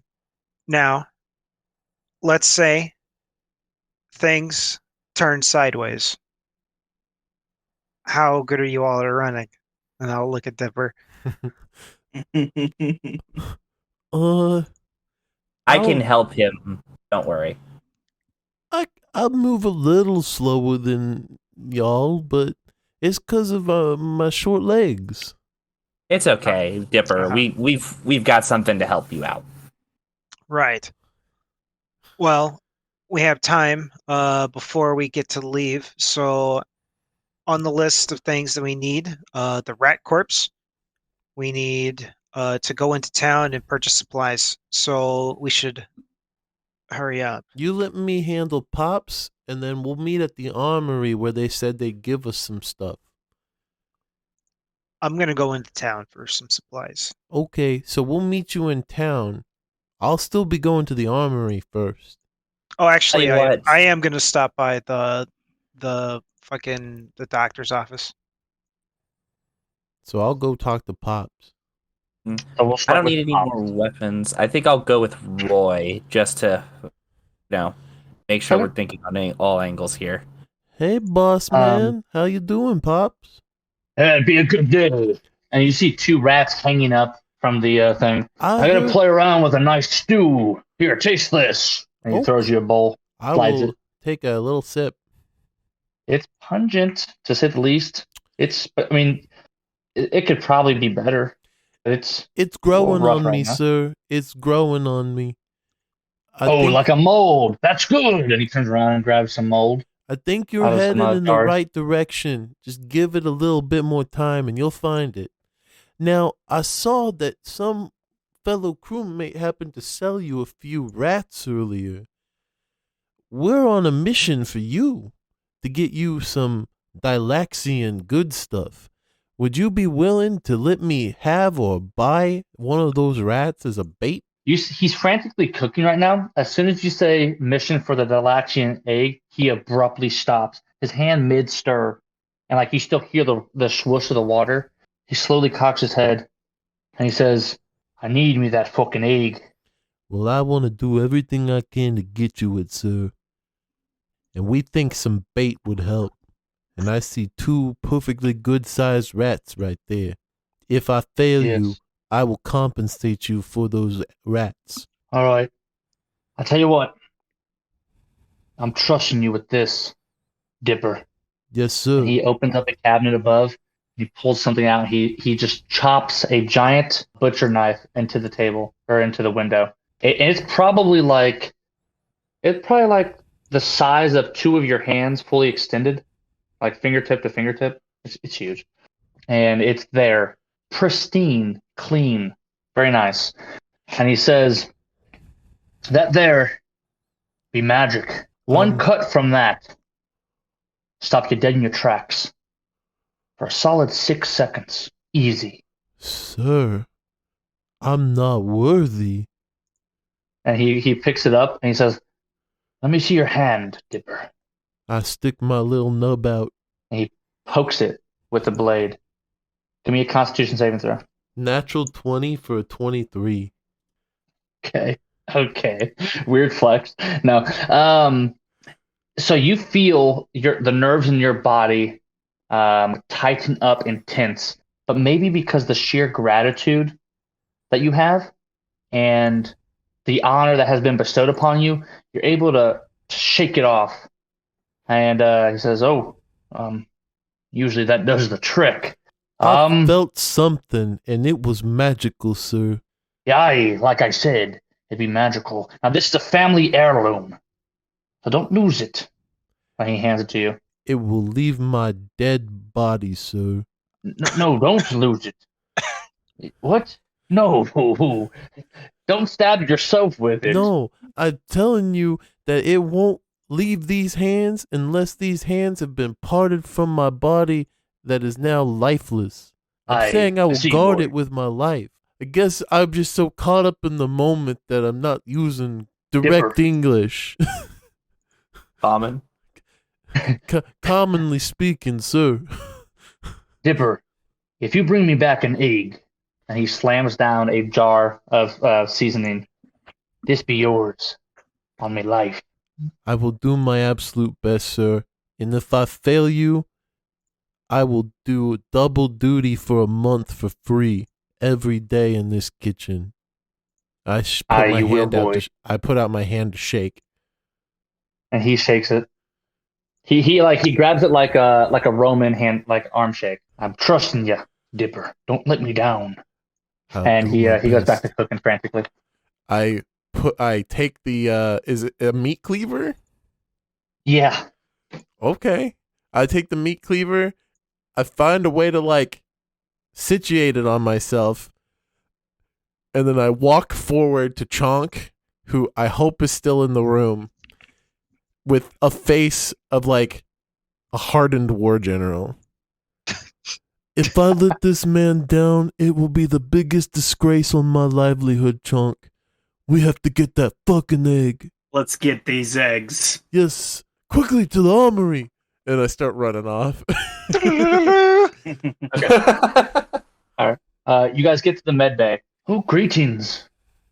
I don't think you're supposed to return for shift, though. I was told that you would be out and about. Yep.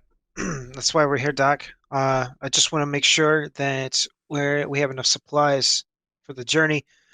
We're going after the Galaxian, and I was wondering if you had any spare healing kits on hand that I could use.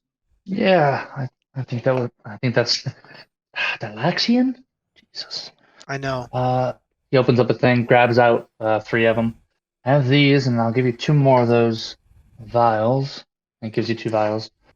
And he says, I don't know what you know about Galaxians, but at the repository, they showed us that they have like very heightened senses.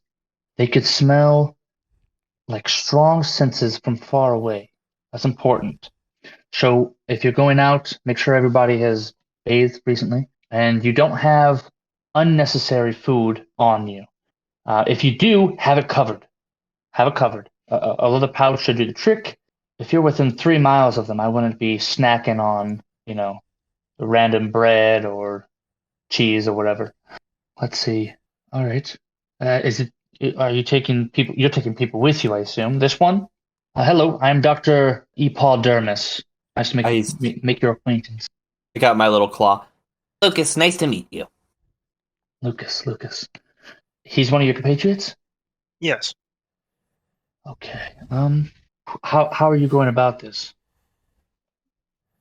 So we plan on setting a trap. I'm going to go and find a nest. I'm from this planet, so I know my way around the wilderness. I'm going to find a nest, and we're going to set a trap. Preferably, we're going to try and poison it. Poison's good.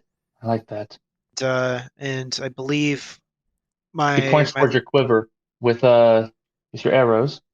No, we have some bait. Okay. I don't know. I'm not. What's the gastral time of its what's the digestive timeline look like for a Galaxian? Do you know? No, I don't. Okay.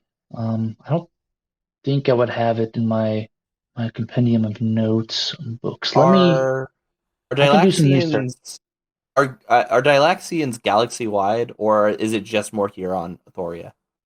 They're galaxy wide. It's not every planet has them, but enough to where they're uncommon to rare. Would Lucas know anything about Galaxians? No. Okay. I didn't know how fucked up Felg was. Nah. Anything that big would be hunted down and killed immediately. That's fair. Yeah. Do you think poisoning the arrows would be better, Doctor? I think it would get into the bloodstream perhaps quicker. Galaxians, if I'm correct, have 6 or 7 stomachs. Oh. So I've never dissected one before or cleaned one. I read a paper a couple years ago. Like I said, at the repository, there was some educational notes and lectures on it, but it's not like I dove into the subject. It's just like how to deal with the wounds. Also, and this is some stuff that's associated with it. But yeah, I mean, it's also the age matters too. If they're if they're children, you're looking at 4 stomachs. An adult, I think, is 5 to 6. Same with older adults. And then if you find the hen, just run. The hen? What's Oh, different? like the you'll know the difference. I mean, we're talking twice as big. I mean, this is the thing that lays all the eggs. It goes around to the different coops, so to speak, the caves. And I'll look at Lucas. So hold on. Okay, actually, I'll ask. So just to confirm here, one galaxian lays all the yeah, eggs, but individual ones take care of the eggs. you like a queen bee, right? You Okay, yes. so we could theoretically find a smaller galaxian, Oh, I would. Yes. but I with an mean, egg. Interesting. Okay, and as Roy looks at Lucas, Lucas is not paying attention. He's like planning. Uh-huh. I'll turn back to the doctor. Thank you, Doc. Everything I know is only from experience, and I didn't know any of that. I think we'll try the poisoning the arrows instead. I don't want to lose a good assistant, and honestly, I felt like we had a lot of good work in these last 2 days. So just be safe, I suppose. Well, thank you, Doctor. Those kits? Oh, yes. And then he hands you the kits and the 2 vials. Okay, so 2 healing potions, and then this is just a healer's kit. Are Dalaxians venomous at all? I mean, I assume they could be if they have the right Hmm. genetics, but on the regular, unless it's a deviant, I don't think so. Okay, good. I have a little bit of healing magic, but not anti-poison. No, I don't think they handle poisons too well, but like I said, some creatures are very odd, very weird. So I don't think so though. I don't think they're venomous. There's been no records that I've read that have said that. All right, good. I will say this, they will scream. I mean, I've assumed you've heard the Dilaxian scream in the mornings, and Yeah. if they are hurt beyond, and if they go into flight mode, they will scream. This will call all Dilaxians within 10 to 20 miles to their location. That's important. So if we get to that point, at that point, Kill it's it just fast. run, get the fuck out. Oh yes. All right. And even then, one of you will probably be taken at least, if not all of you. Yeah. So Just make sure to good run the luck. fastest. Yes, run the second fastest, please. He smiles. All right.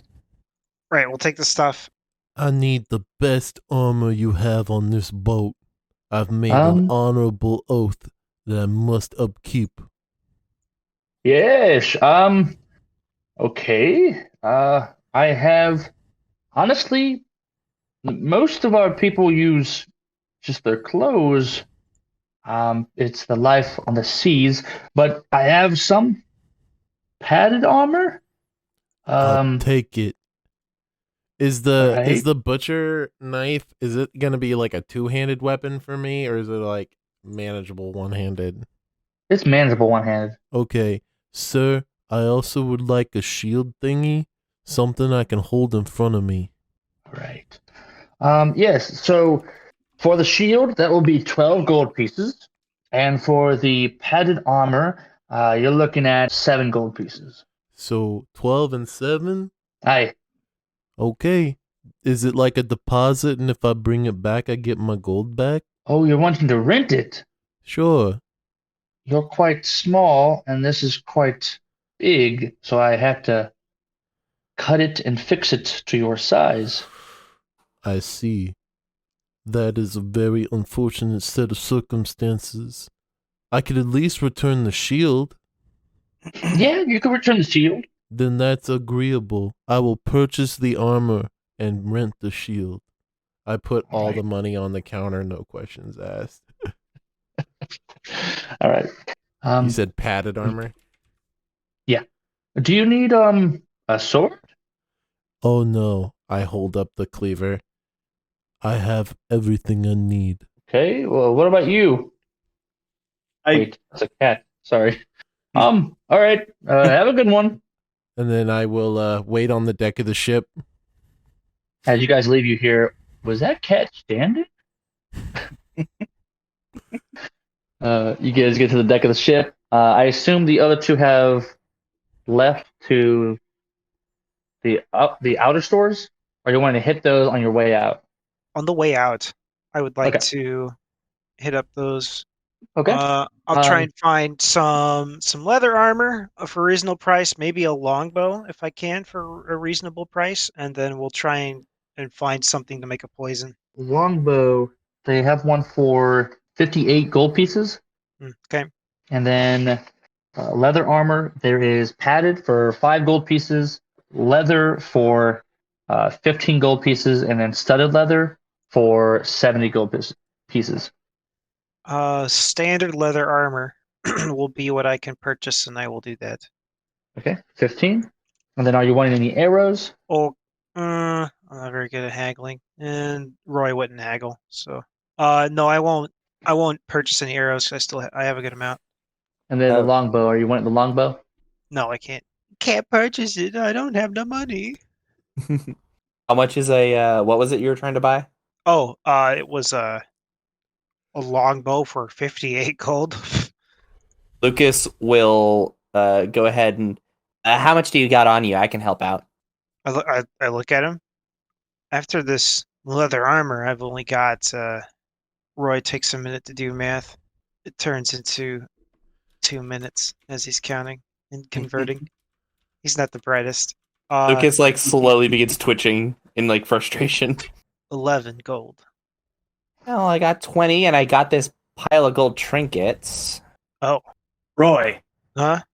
I don't need the money. Use my money. Hey, we're here now, by the way. Oh, well, I'm surprised you caught up to us. They must have pointed you in the right direction. You see me in some ragtag padded armor. I'm probably gonna be hard to sneak around in this, but I'm determined. Well, that's good. Don't worry, you won't be doing the sneaking. It'll probably be me or Chuck. Okay. So are you sure? That's your loot.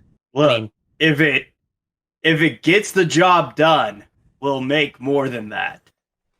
Yeah, you said you had how much gold and we needed how much for the longbow? 58, but I don't know how much it's going to cost to get the supplies for the poison. Fair enough. It's all right. He's already got gestured some to poisons. my shoddy short bow. This will be fine for me. I've used worse. He's already I'll got see if I can poisons in the kit, right? It comes with stuff to make poison, right? We need supplies for it, I think. Oh, I don't know. I've never used one. Don't worry, Roy. I'll make you some fun arrows to play with, okay? I give you a dubious look. Sure. Just try not to make them make too much noise, please. No, I'm more about spring-loaded blades and the whatnot. That's terrifying. Understood. Got it. Well, please bring out the armor. Shopkeep will do that. I'll add the armor. No. Your poisoner kit includes vials, chemicals, and other equipment necessary for the creation of poisons. Oh. So what kind of poison can you make, ye old cat? Depends on how good he is. Yeah, the kit's worth 50 gold by itself, so it's like technically one of the most expensive things we have currently. Yeah. I don't know how good of a poison it can make, and I'm not really a based off poisoner. what you roll. Okay, so what do you want me to roll? See what I can brew up. A medicine check? That'll be a question for next time. Okay. Let's do the book for that. The guy will bring out the armor, and he says, "You don't want the bow?" No, later. All right. And he puts it away. Will that be everything for you? Yeah, that's it. I'll give him the money, put the stuff on, and well, I mean, if you can just make the poison, then you can just go. Yeah. I will. Means you need to buy yourself a nicer bow. Well, yes, but I'll be fine. I will pull out the meat cleaver. Pops has entrusted me with his sacred treasure. It's made with magic, and if I hit the sucker, there's a really good chance it won't be able to move for a few seconds. That'll be good. That's actually, knowing what we know, that's actually great. But, mark my words, no matter what happens, we have to get an egg. All right. Bare Well, minimum, an egg. so here's the deal. The doctor gave us a few extra pointers that kind of helped out. So, one, we absolutely cannot fight the hen. That will get us killed. Two, if we try to kill one of these things, we have to go all in, or it will, for sure, call its other friends, its other chickens to it, and then we will be screwed. And three, if we get the egg and we can't kill the chicken, then we have to run. Okay. That's it. We should focus on trying to find one of the chickens that's a bit smaller. If it's small enough, magical trap will, enhance, and then we have backup traps, and we can do more. But And you said that these things got good sniffers? I briefly mentioned it, but yes, they can smell for quite a ways away. So we'll need to. I show them, I prestigitate, like, I take the time, I'm like, we'll have to do this every now and then because, you'll sweat and stuff just moving around, but I can eliminate all traces of our existence minus them seeing us or hearing us. So can you add sense to things? I can make things smell or taste any which way. I can clean and soil anything. Between your spell and my setup with tinkering, we might be able to confuse it. We could try. I think that's fair. And if we're not we need to go and find one. If we're not using my little buddy to sneak the egg out, we can use him to run with a rat carcass. So an invisible target holding the rat carcass can make it look like a living rat running around. I don't know. We got options. Well, once we see the creature, we'll be able to do a little bit more full bore setup, but I think we have a lot of good ideas. All right, let's go give it our best shot. And we'll pick up there next time. Yeah. There we go.